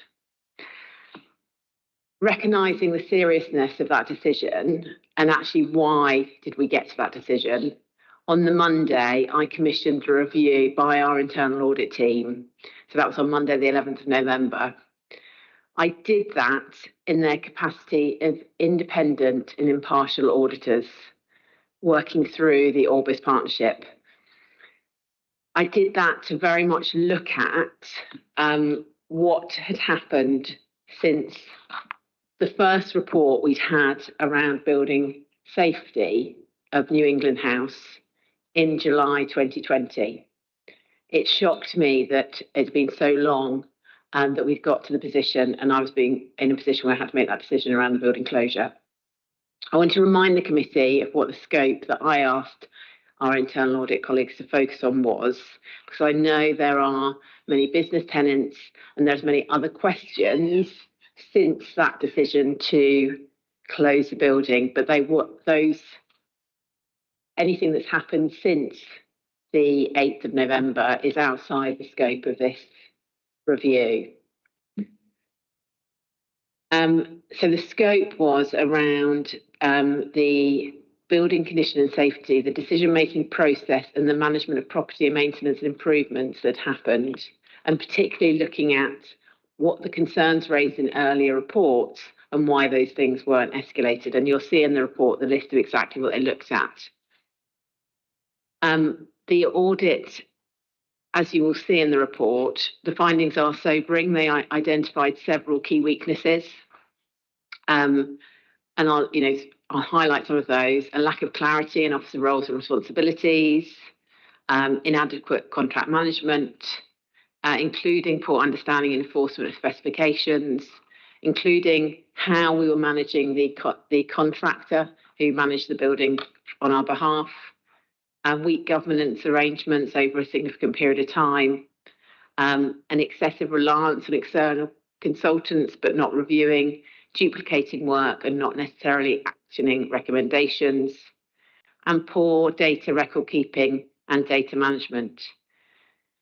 These are serious issues, and they are serious, and we've been taking them very, very seriously since our colleagues presented the findings to me and to officers, and we've taken a number of significant steps. And I'd like to say a big thank you to everybody involved in driving forward the change that we've been seeing since we had these findings come back to us. I should sort of state some of the things I'm going to highlight are things that we did immediately on that Monday, on that Friday, the 8th, but the structures we set up in order to ensure that we were managing things really clearly and had clear governance arrangements and clear mitigation management in place. So immediately in November, we established a New England House strategic coordination group. We reporting into that group are a number of cells, and that group still continues to work now, and Max is here and will be able to answer any further questions on that. We have since that time commissioned a new commercial property management contract, and that contract will be implemented from the 1st of July. And it's important for me to say that because through the procurement of that contract, we have absolutely strengthened performance monitoring and have much clearer expectations around compliance and reporting. We've also worked really hard to make sure we've clarified roles and responsibilities for officers involved in property and asset management, including new structures and clearer lines of accountability. And I should highlight there that we are imminently about to launch our new health, safety and wellbeing policy, which strengthens our organisational approach corporately to building safety. And very kindly, Brent is here, our Head of Health and Safety, who will be able to answer any questions that the committee may have regarding that. We've also created the New England House Regeneration and Redevelopment Programme Board, taking a long-term future view of what we do at the site, how we ensure future safety, and making really clear, transparent decisions and embedding the lessons learned from what's gone so far. And within that, we've improved the governance and escalation procedures. We've got clearer lines of reporting, and we've responded really clearly to what Audit have been saying to us around how we manage information and data. So actually, if you get changes in officers, other people can pick that up and keep moving forward, and we're not losing things. We're working through training and development for officers and relevant teams, because where skills gaps have been identified by internal audit around contract management and compliance and other areas. And we've, as I mentioned, improved the approach to record keeping. That's a really short summary, and it's not often that I, as Chief Executive, will sit in front of this committee to respond to a report, but I wanted to do that because of the severity of this report, because it was my decision to make the emergency closure of that building, and because I commissioned this to reassure that not only did I understand, but I could lead the organisation in learning from what had gone before so we can change going forward. Thank you, Chair. Thank you.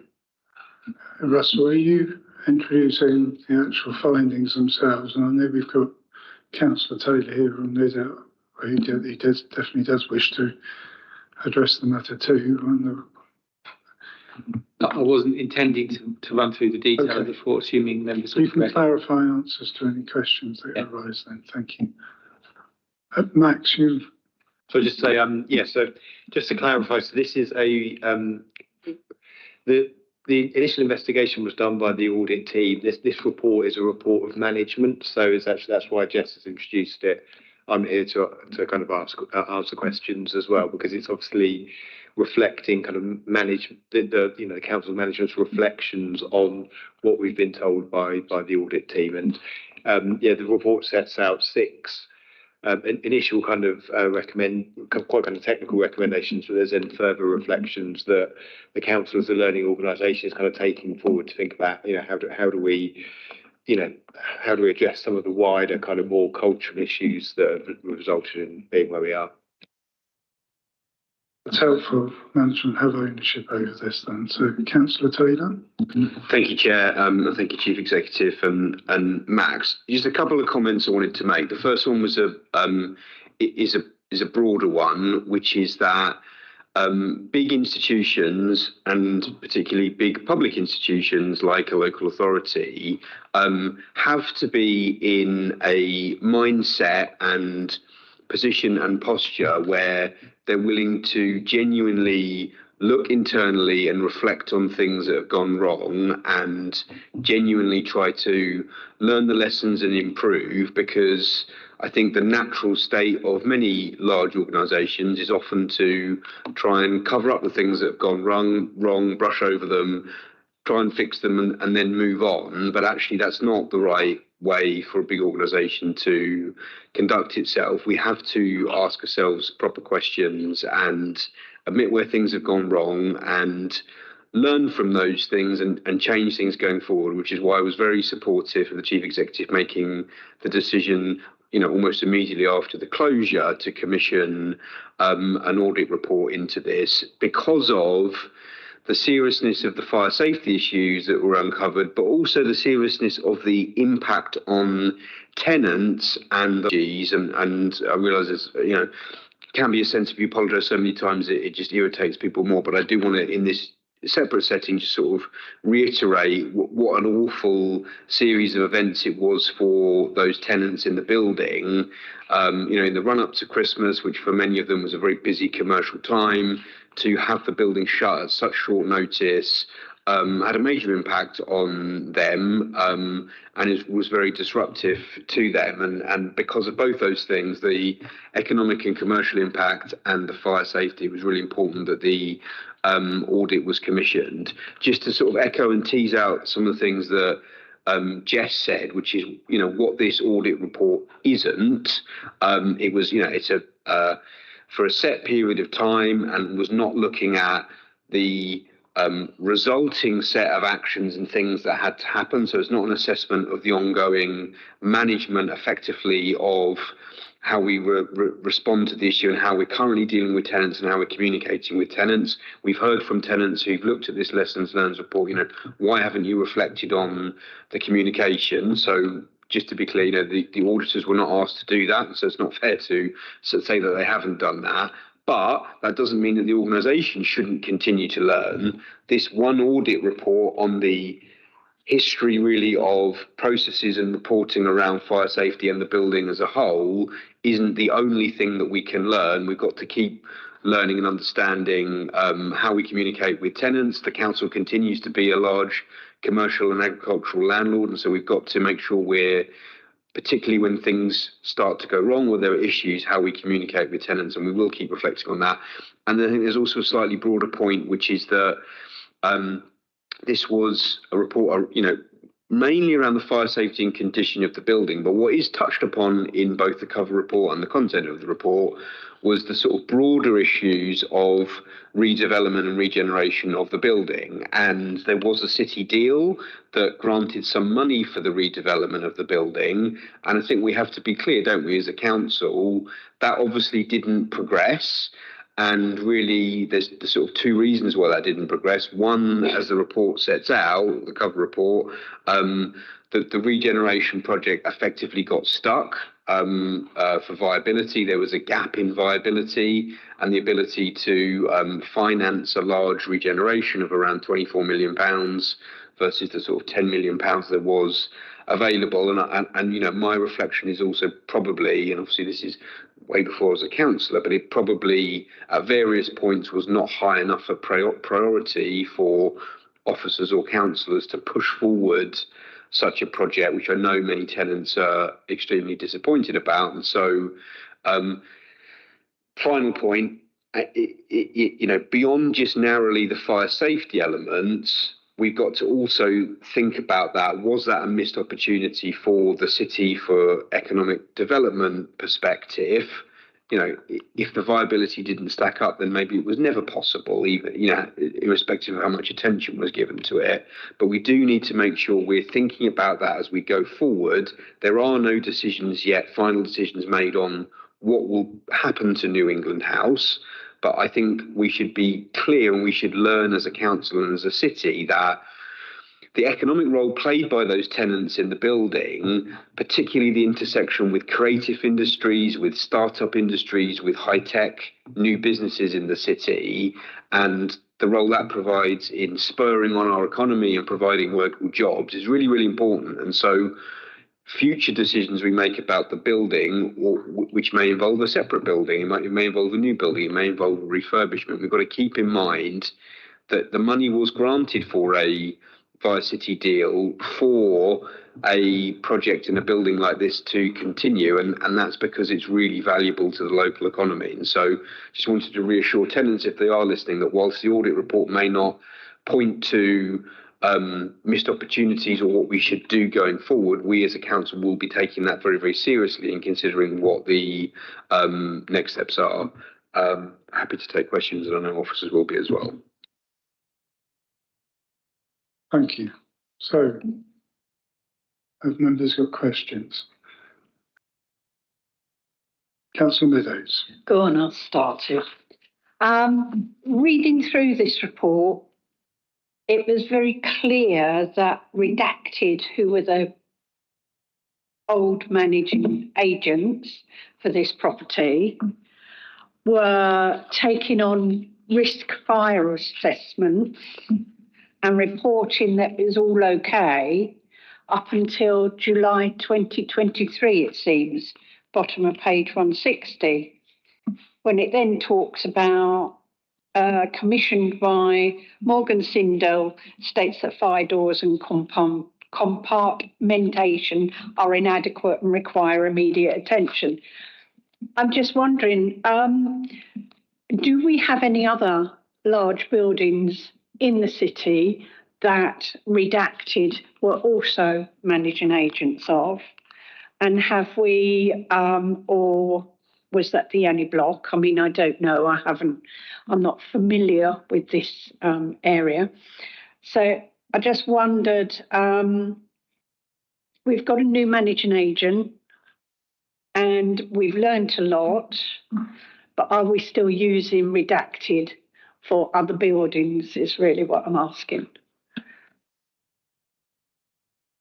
So the contract across of acting as managing agent across is across the whole council commercial portfolio. So the change of managing agent, which is coming like in the next week or so, will be for every single building, including New England House.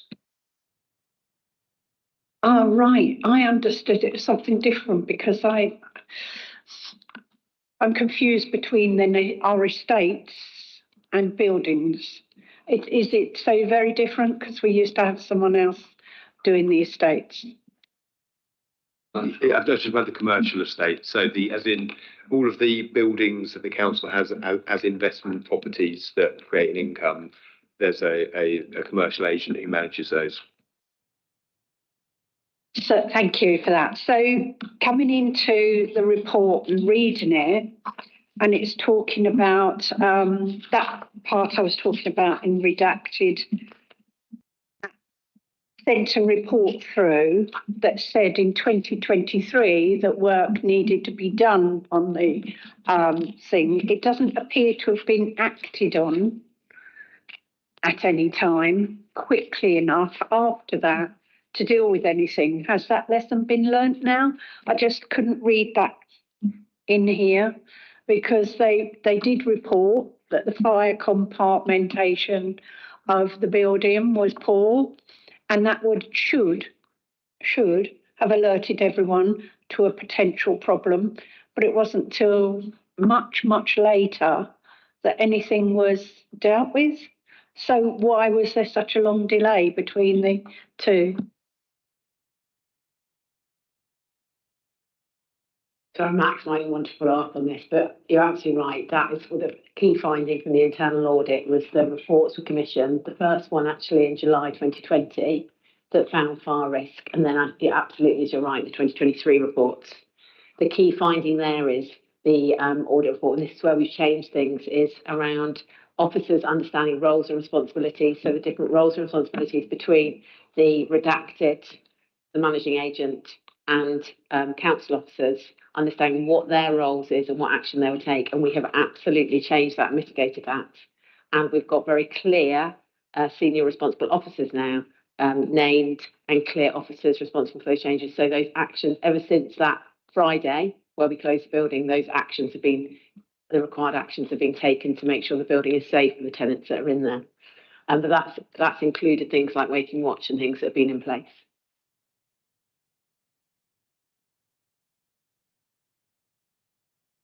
It's just unbelievable that no officer picked up on this and took responsibility to say, hang on, we've got a problem. I mean, it didn't take much, really. So I'm just absolutely gobsmacked. Have you another question? No. Okay. Councillor Hugh. Oh, thanks. So looking through the final couple of pages of the report with the timeline stated. So on the 26th of August 24, the fire mitigation feasibility assessment had the works valued at 27 million, and just sort of a couple of weeks later, on the 9th of September, it was down to £9 million. And why there's such discrepancy in the two figures for two reports within a couple of weeks of each other. I think those are two different figures for different works. So the £27 million was for a full refurbishment, and I think also including additional new floor space created. I think the £9 million was solely kind of fire remediation works. Those were estimates at that time based on the information available, so they're not kind of absolute final pin down figures, but that's the reason for the discrepancy, the different things.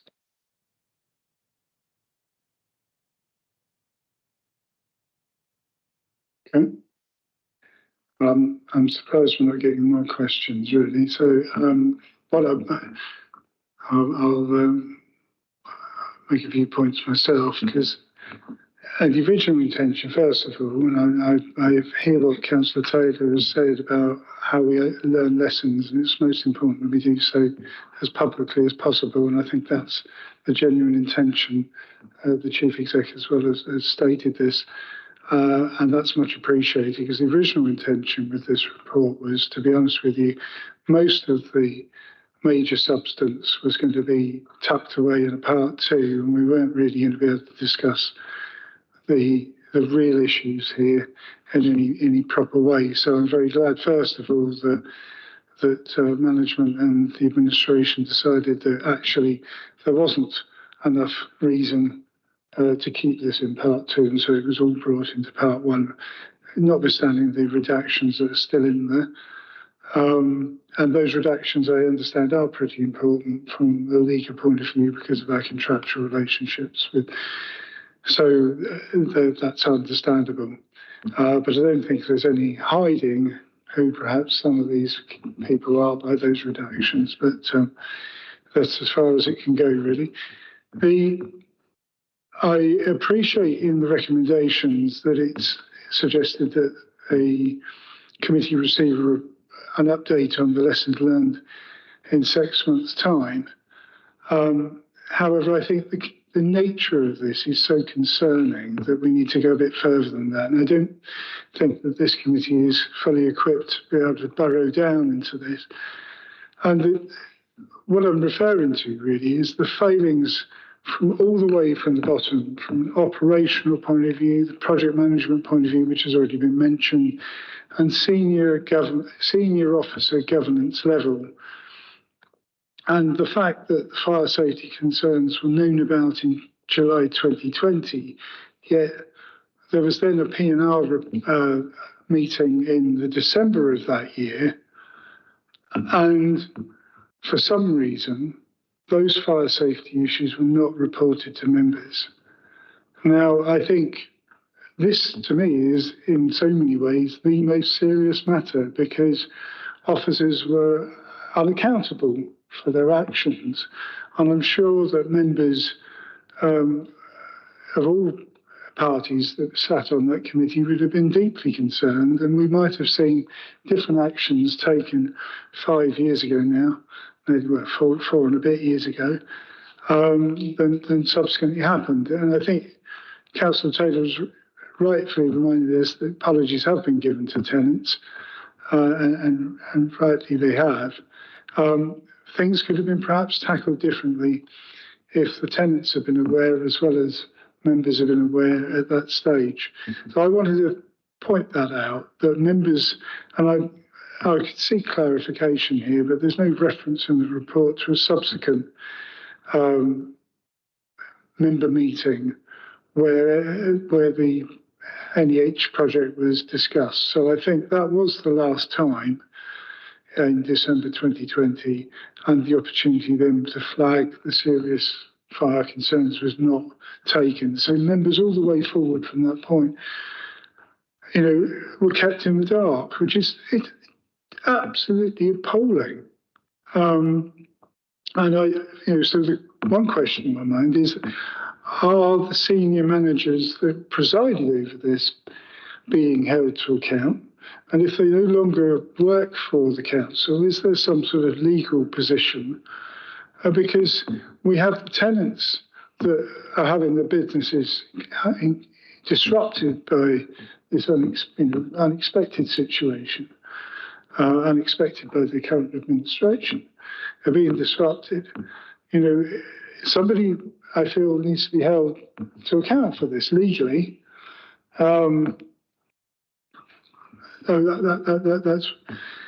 one point. I mean, and I think that it cannot be said enough, really. How much this has come as a shock to tenants and the impact upon their businesses. And I noticed that the cabinet member didn't mention what has been said at cabinet meetings before about openness to compensation, because I think they really do deserve that to be thoroughly looked at, because this is of no fault of their own. They were not only their lives and businesses were put at risk by the unaddressed fire issues, but they then find themselves out on their ear in short order for no fault of their own. It's just an absolutely appalling situation.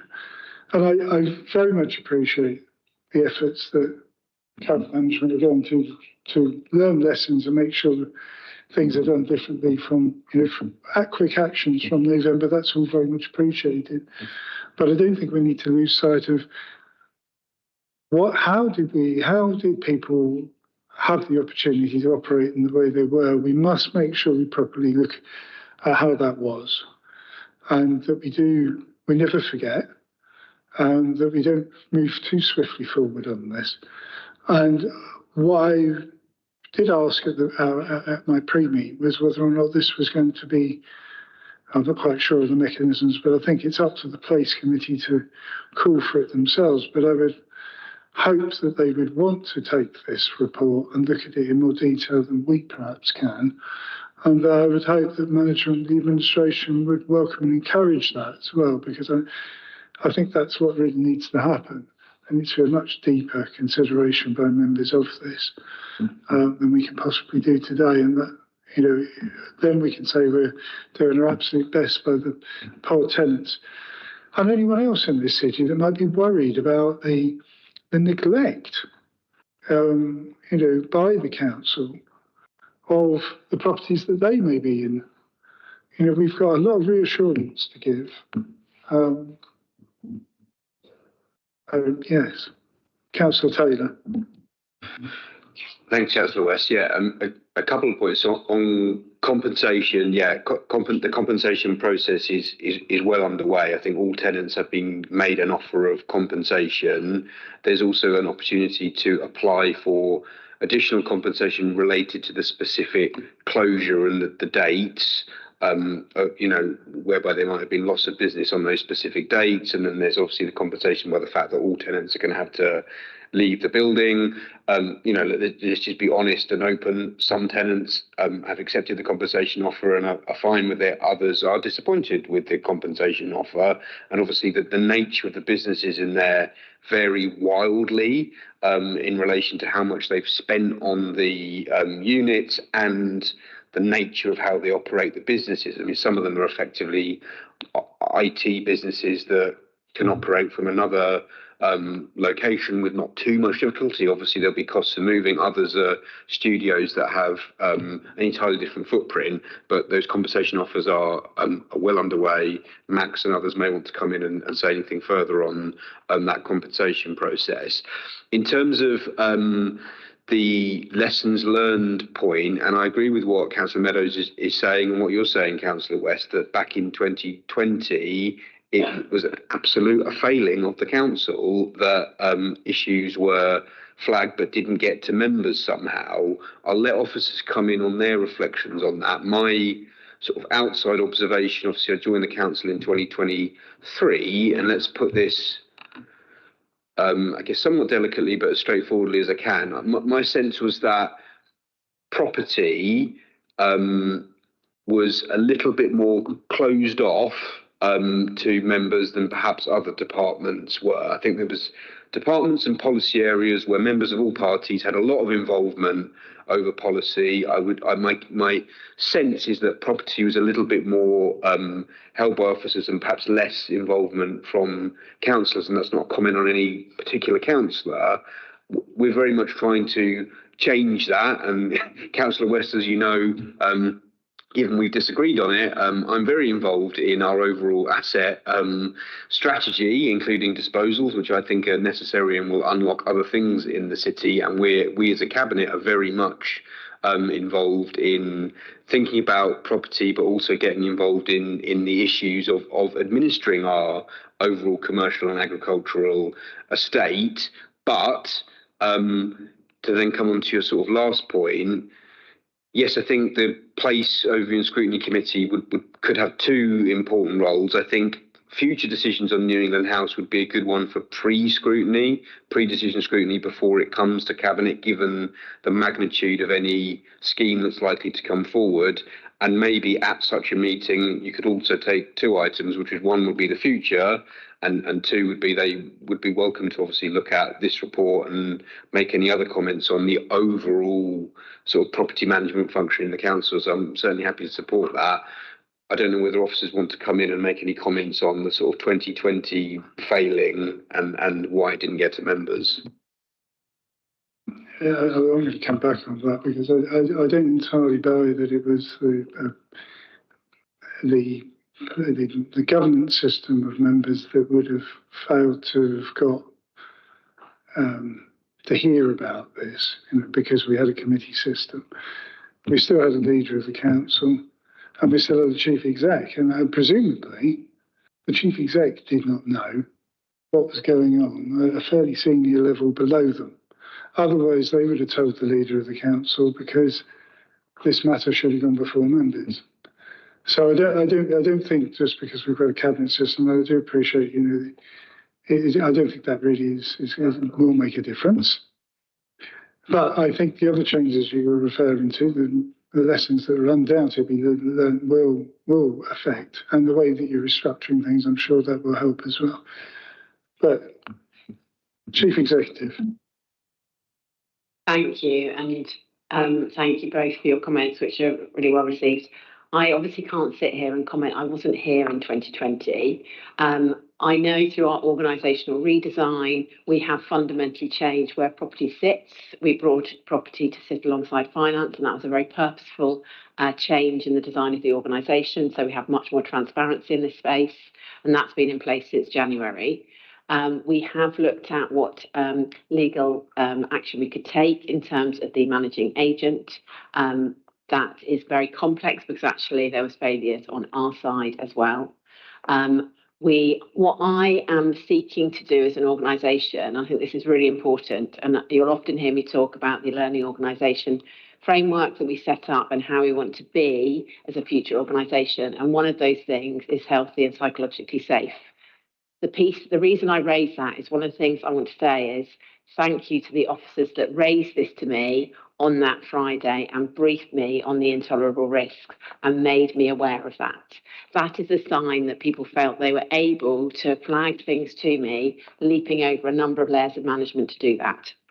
And that is really important. And I want an organisation where people aren't worried about doing that, that they feel that they can raise those concerns, and then we can, when those things are escalated, make the decisions about whether they are as severe as people think or not. Now, that will create an environment where lots of things will get flagged that actually is fine and people are managing them really well. But that's a good place to be, and that's a psychologically safe organisation, and that's where I want to get to.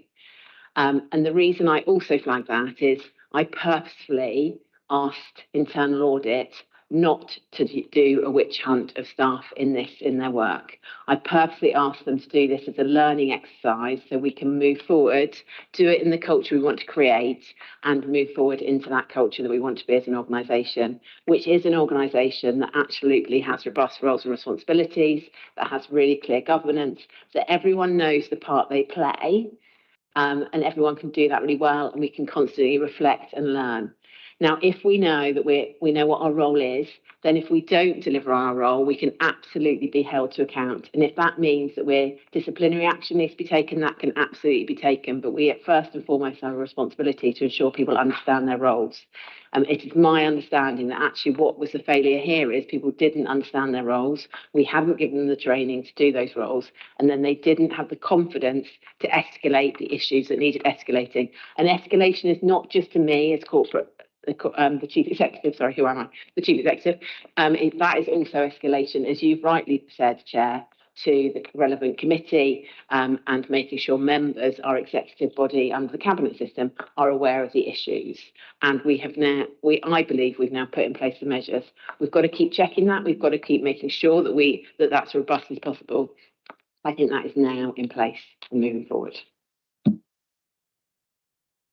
Before you do, Councillor Daly, so yes, I think you're absolutely right.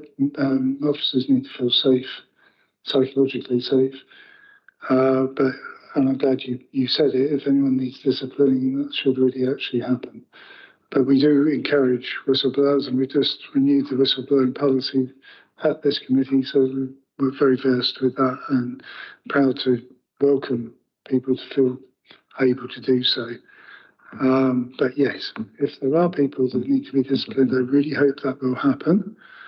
And my final point really is just come back to the fact that I think what this report has revealed, this is for Councillor Taylor to consider with the compensation, is that since that was discussed at Cabinet previously, is that the main revelation is that the Council knew of the problem, even if members didn't, but the Council had known about it for 5 years.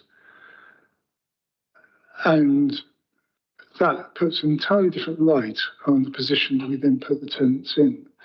So if it's not exceeding my position, I'm just suggesting that really the view that we take on compensation really needs to be as generous as absolutely possible, because it is totally a failure. It wasn't just that we discovered these things at the end of last year. They were discovered nearly 5 years ago. So we've totally failed those businesses. And they really are owed every help possible in order to keep them going, is my view. Councillor Taylor. Yeah, noted. I mean, as you're well aware, Councillor, there's no sort of special pot of money that can be dug into for free to give us compensation. There's the general fund of the council, and so clearly what officers and the legal teams have to weigh up is give an amount of compensation offer that is as generous as possible, but that is sort of in line with commercial practice and what's reasonable, but bearing in mind that it's taxpayers' money, and you know, any money taken out of the general fund is money taken from some other pot of money that would be spent, including potential future options for New England House. But I mean, I agree with you that tenants have had a raw deal, and they deserve some compensation, which is being processed. I just wanted to briefly come back to the previous point and just clarify that I absolutely was not saying that under the cabinet system that's better for overseeing property. I wasn't saying that at all. As we all know, you can have good governance under both cabinet and committee systems. The point that I was trying to make, including, by the way, we previously had a cabinet system. So in the 20 years previous that I'm sort of referring to, there was a cabinet system at one point. The point that I was trying to make is, irrespective of administration or governance structure, my sense is that property in particular became reasonably closed off to members. Nothing to do with the committee. It just seemed to be a fact. I was the property lead councillor under the first year of our administration when we had a committee system, and I'm observing the same thing, which is that I'm saying it was an area of the council, possibly because it's quite a commercial area of the council, which is a bit different to some of the other services that the council provides. It was quite held tightly by officers and perhaps less direct member involvement. And I'm just saying that may be part of a cultural thing that contributed to there not being that flagging up the chain to either the chief executive or members. I'm agreeing with you that that should have gone to members in 2020. And what I'm saying now is this administration, irrespective of government, are being very clear that we want to fully understand the nature of all our risks in property, but also fully understand the portfolio, understand the commercial opportunities, where we need to dispose, where we need to release sites for development. That is very much under the purview of members, and I hope it continues to be under the oversight of the scrutiny committee, where we've taken a number of items both proactively and that have been called in. Thank you. So my final point of clarification then is, are the administration supporting this report going to place scrutiny? And I'm not. Of course, Liz will be better about how that actually happens, the official mechanism, but I would like to make that recommendation, that I would prefer really that the administration calling for it to happen. Yeah, I mean, in terms of the process, it's for the scrutiny committee and to make that decision as to what items they bring. So I think the chair will take note of this debate and consider that alongside her committee members in terms of whether they want to bring that forward and put it in their forward plan. So certainly happy for it to be, but as Liz says, yeah, for the chair and members of that committee to decide whether they want it. But if they did, I'd be more than happy to join such a meeting. But would you actively prefer they did it? They could. I actively don't try to influence what Councillor Evans calls or not. But when she does, I'm always there. Don't cross Amanda. Okay. Thank you. Right, I think I haven't seen any more hands go up, and I thank everyone for their contributions to this discussion in a pretty serious matter. So we have some recommendations to look at. Liz, can you help me with refined where they are? 137. 137. Bear with me.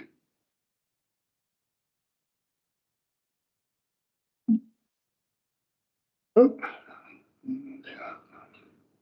Okay, so on page 137, we're asked to note the report, to note the recommendations for action as set out in paragraphs 310 to 13 as a learning organisation, how we're responding, and finally that council agrees to officers bringing a report to us in 6 months from this meeting with progress of implementing those lessons, which I think is a very good thing to do. So, members happy to agree with those recommendations? Thank you.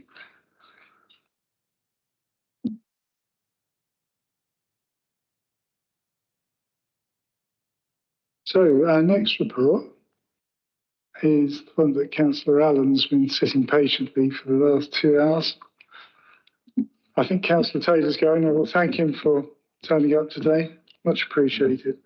So our next report is the formal approval of the annual governance statement, which is on page 163. So who is in? Because this thing keeps turning itself off. I'm introducing it, Chair. You're going to introduce it? Oh, right. Okay. Brilliant. Go ahead. Wonderful. And thank you for your kind words of welcome a long time ago.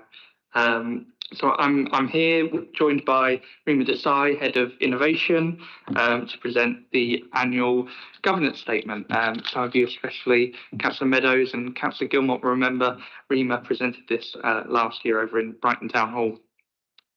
So the statement is obviously, as the name implies, presented annually to assess the effectiveness and arrangement of our organisational governance, and that covers processes, the robustness of our finances and our financial resilience, and of how well our organisational setup is working. And it seeks to provide assurances on our confidence of the effectiveness of our operations and identify areas of improvement for the next year going forward. And so this feeds into our city plan, key focus of being a well-run council with responsive services. This is a statutory requirement for each local authority to conduct a review of its system of internal control, and the 7 principles of good governance which is set out in the report. The information considered when developing this statement covers a vast range of data sources. We're a very data-rich organisation, so we have, just to knock off a few, we have obviously our corporate leadership plan and our strategic direction, our audit reports, both internal and external, our customer data and satisfaction data, reports from Ombudsman, and health and safety data, just to list a few. So last year, the annual governance statement was approved by this committee. Since then, we've delivered some key actions to strengthen our governance in Brighton and Hove City Council. Keyly, we adopted a new leader and cabinet system. So just as one key example is the fact that I'm here presenting this report, whereas before it was officers. I am now accountable for this as an elected member. We've updated the local code of corporate governance, updated the risk management framework, undertaken the organisational redesign and learning organisational framework our chief exec spoke about in the last item, developed a medium-term financial strategy, which we touched upon with the audit reports earlier, implemented spending and recruitment controls in order to ensure we came in on budget in the last financial year, developed a corporate leadership plan, initiated the local government association corporate peer challenge to really open the doors of this institution and get some fresh eyes in what we're doing, which was a really valuable exercise, and established an information governance board. So now if we look towards the areas we want to improve, we've identified two broad outcomes which need some attention. The first is around being a financially sustainable and resilient council, which Councillor Taylor has touched upon many a times, including today, that the finances in Brighton and Hove, obviously in local government across the board is very difficult, but in Brighton and Hove, our precarious reserves mean we're in a difficult place, even amongst those in the most difficult circumstances in England and Wales. So that's why we have really reset the medium-term financial strategy as one of our key overriding documents, along with the city plan, in this council. Our second outcome is becoming a learning organisation by embedding our ways of working, and that's improving the way we do things. For example, on improving our digital data and technology arrangements, which was one of the areas the LGA corporate peer review picked up on as an area we need to improve in, and operationalising our learning framework so that we can not rest on our laurels, even where we have outstanding services, always striving to improve, and knowing that there is best practice all across this country that we can learn from. So that's really the long and short of the annual governance statement. I'll take a lot of it as read, but I've always said that I want this council to be competent, confident and compassionate, and I think this goes a long way to having those values realised, and I'd welcome any questions, unless Rima wants to add anything. Thank you, Councillor. Rima. Thank you. Just one point to add that these 12 actions that we have identified, we are very committed to implementing this, and that these will form part of our corporate leadership plan, which we will monitor on a regular basis, so that we can continuously monitor and have clear oversight of implementation of these actions. Thank you.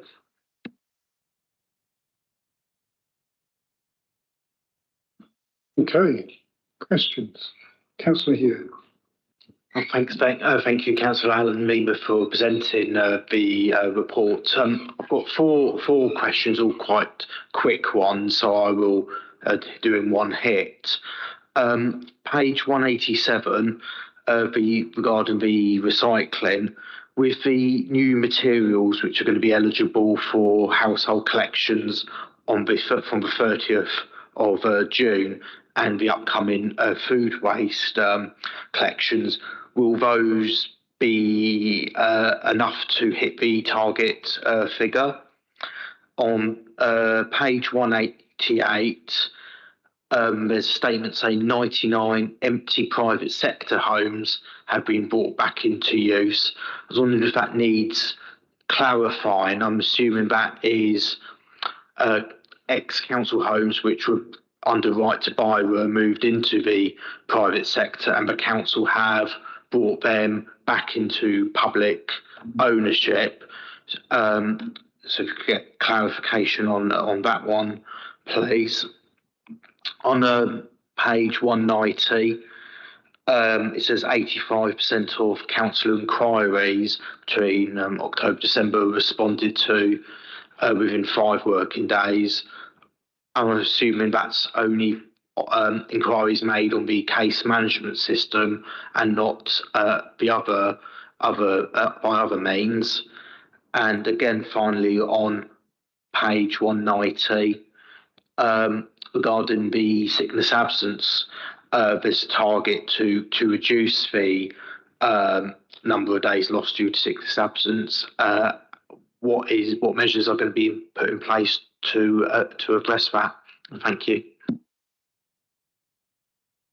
Have you got all of those? Do you need the page numbers again? Maybe we can do half and then come back and make sure we've got the rest. Thanks.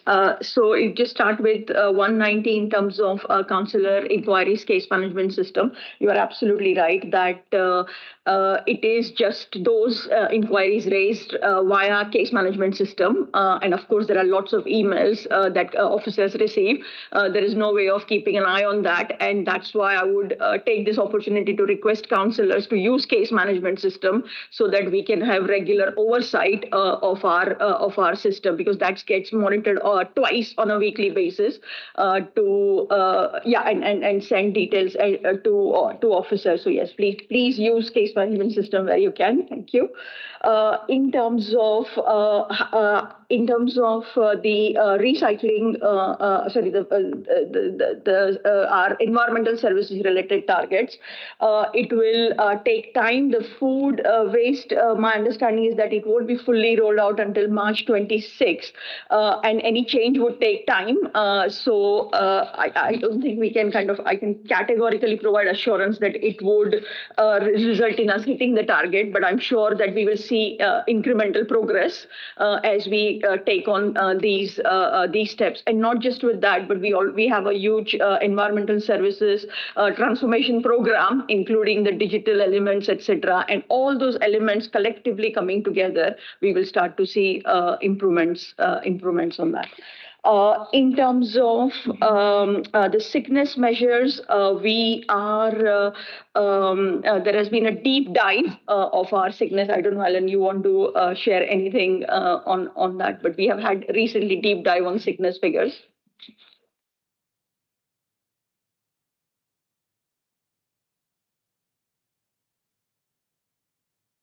Yeah, excellent question. So on the sickness data, what we've been designing is new processes and systems to monitor data and to really drill down into different directorates. What are the trends that we can identify from that?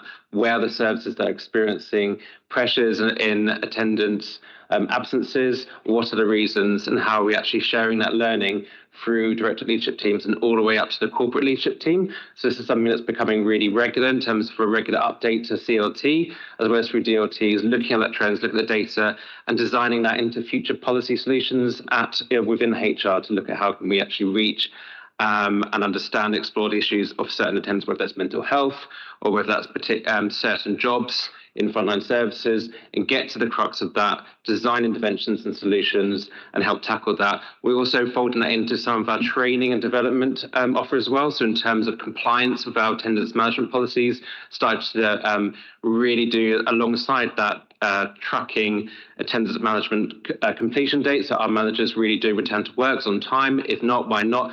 Learning, understanding, unpicking that, and also feeding that through our DLT and CLT structures as well to really get to the bottom of it.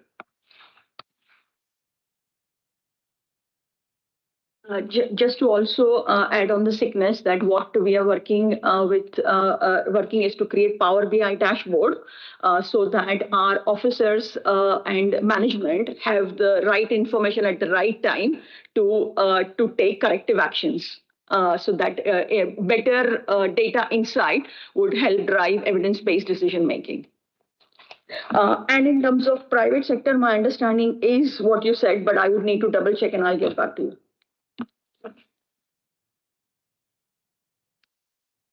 I'd just add on to that. Your first question, Councillor Hewitt, on the rollout of new items to be recycled and indeed the food recycling.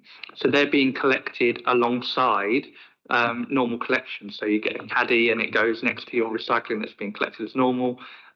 Same with refuse. That's how it works in Guildford, where I used to live.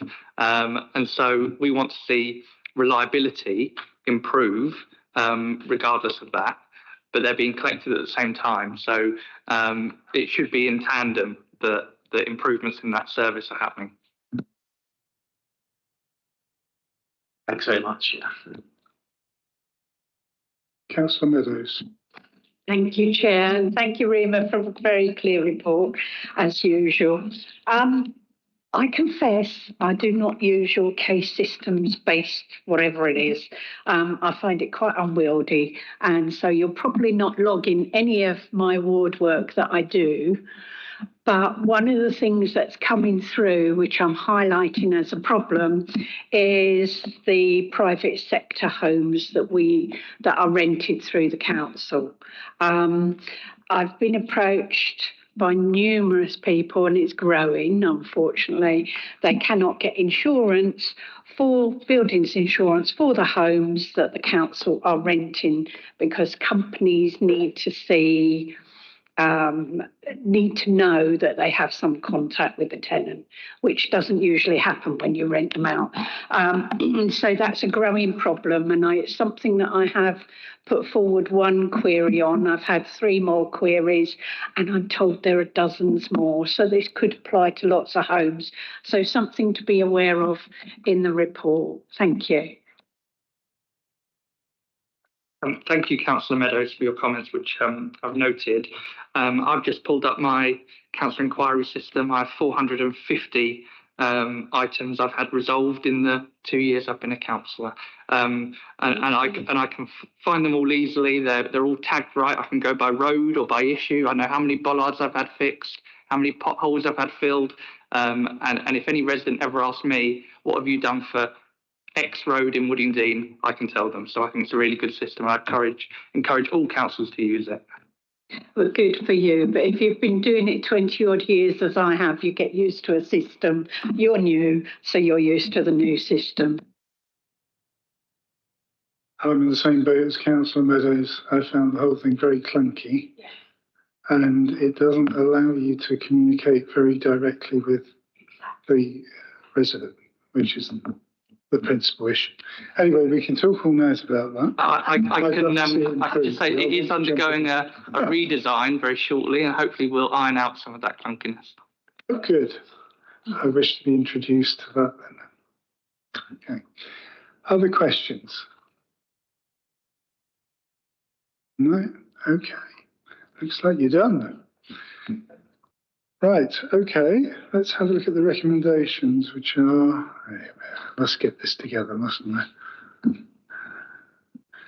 Page 163.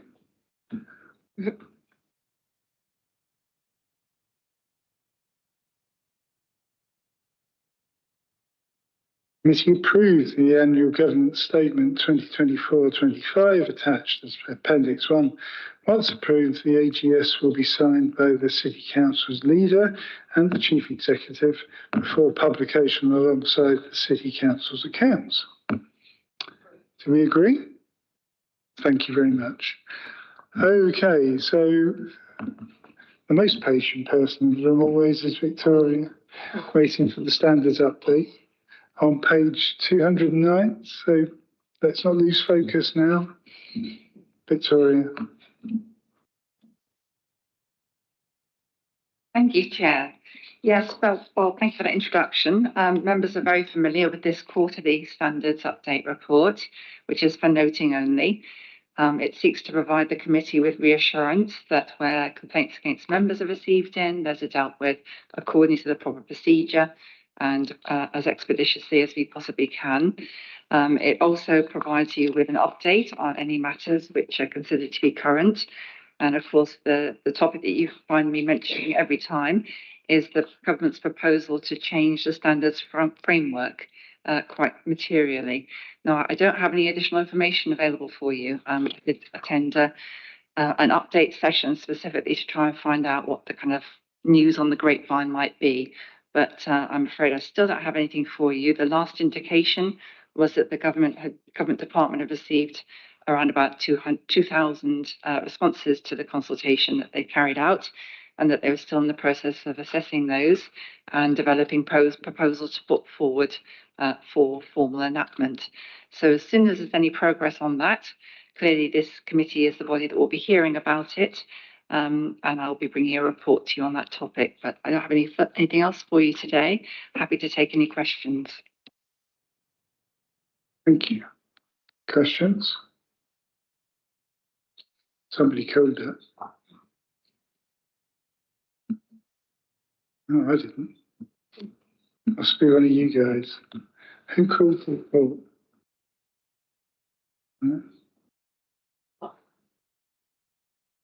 Oh, Councillor Halliwell.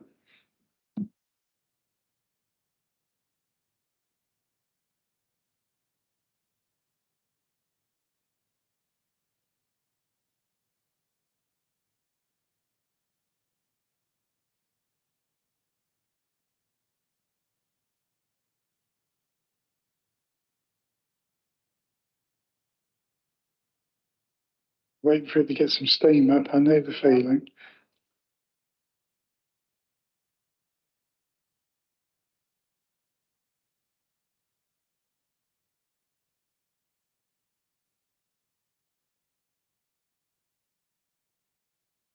We can't hear you yet.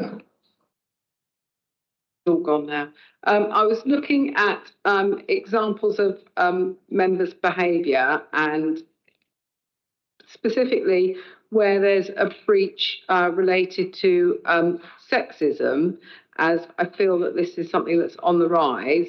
And I was wondering whether a comment written on an open forum that refers to a councillor who loves to wear red dresses and red lipstick and would eat herself if she were a bar of chocolate, whether that would meet the threshold for a sexist comment about a fellow councillor.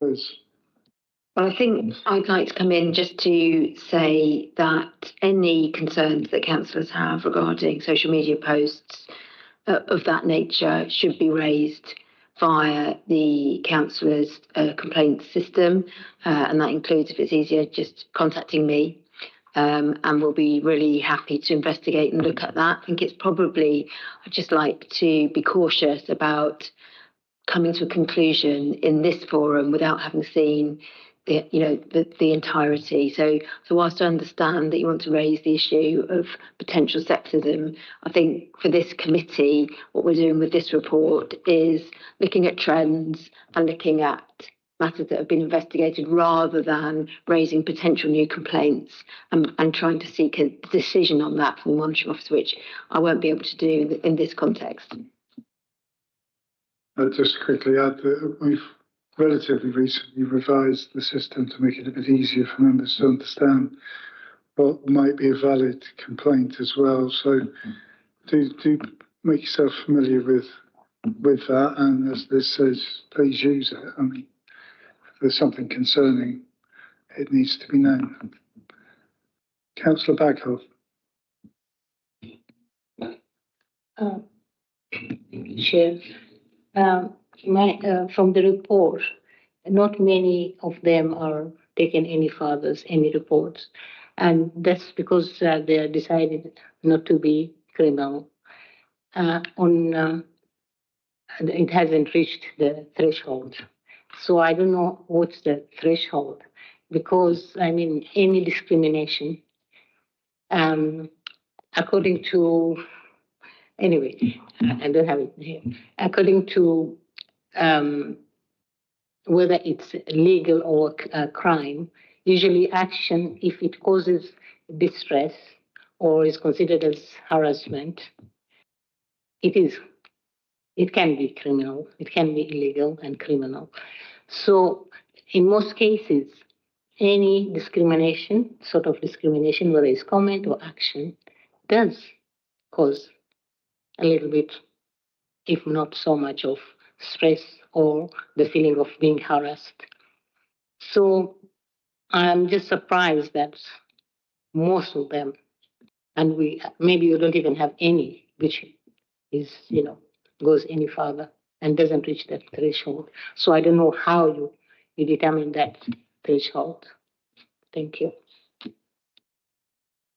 So I can just give a bit more reassurance around the process. Firstly, of course, yes, it's not a criminal. There's no criminal investigation here. There's no criminal standard of proof that's being sought to be applied.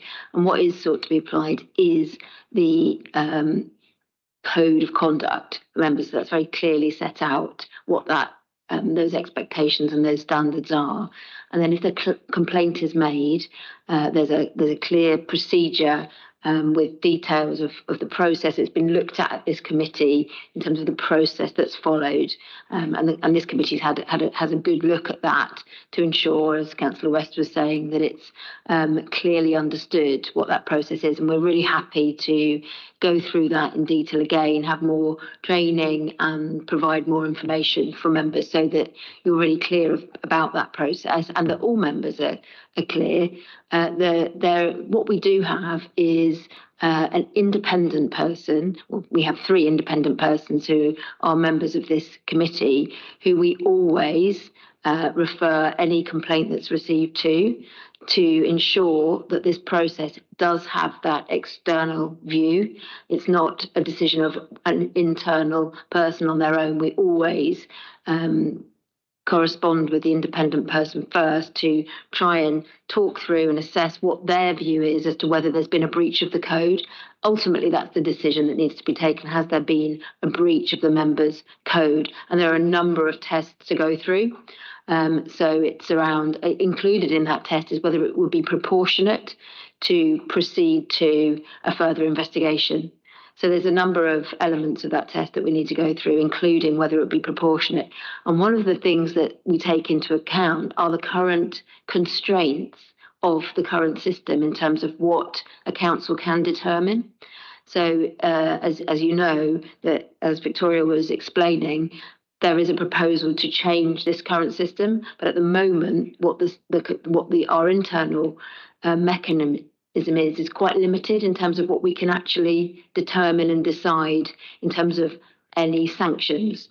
So for that reason, whether it's proportionate to undertake a detailed investigation is very much attuned to whether we can then do anything about it.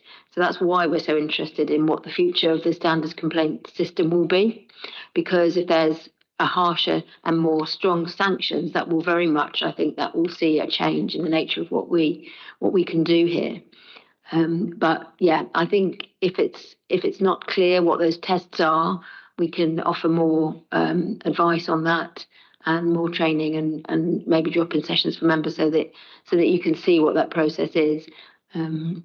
I hope that's helpful. I think a refresher would probably be very handy.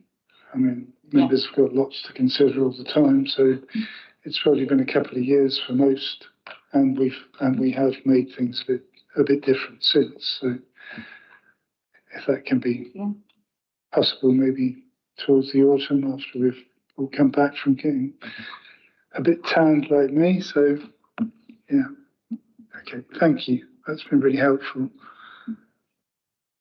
Do you have any more questions? You already answered it.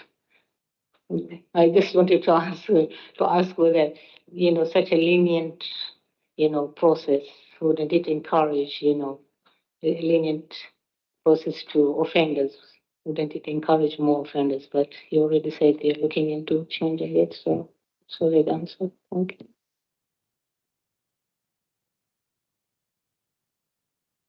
Thank you. Right. So I think we need to look at the recommendations if there's no further questions, and that is to note the report. We're on page 209. The members agree? Thank you. Right, that is our last report, but there are always two more items. Items to refer to council. Anyone would like to? They are only for information these days. Any suggestions? Okay. And the final item is items for our next meeting. Anyone wish to have anything additional to the officers allowed to put on it? Okay. All right. Thank you. Well, in that case, I will close the meeting and thank you all for 3 hours of your time. It's been quite a long one, but we've had some very important business to get through. Thank you, and see you again in September. And then don't forget to have a look at your diaries for November. Thank you.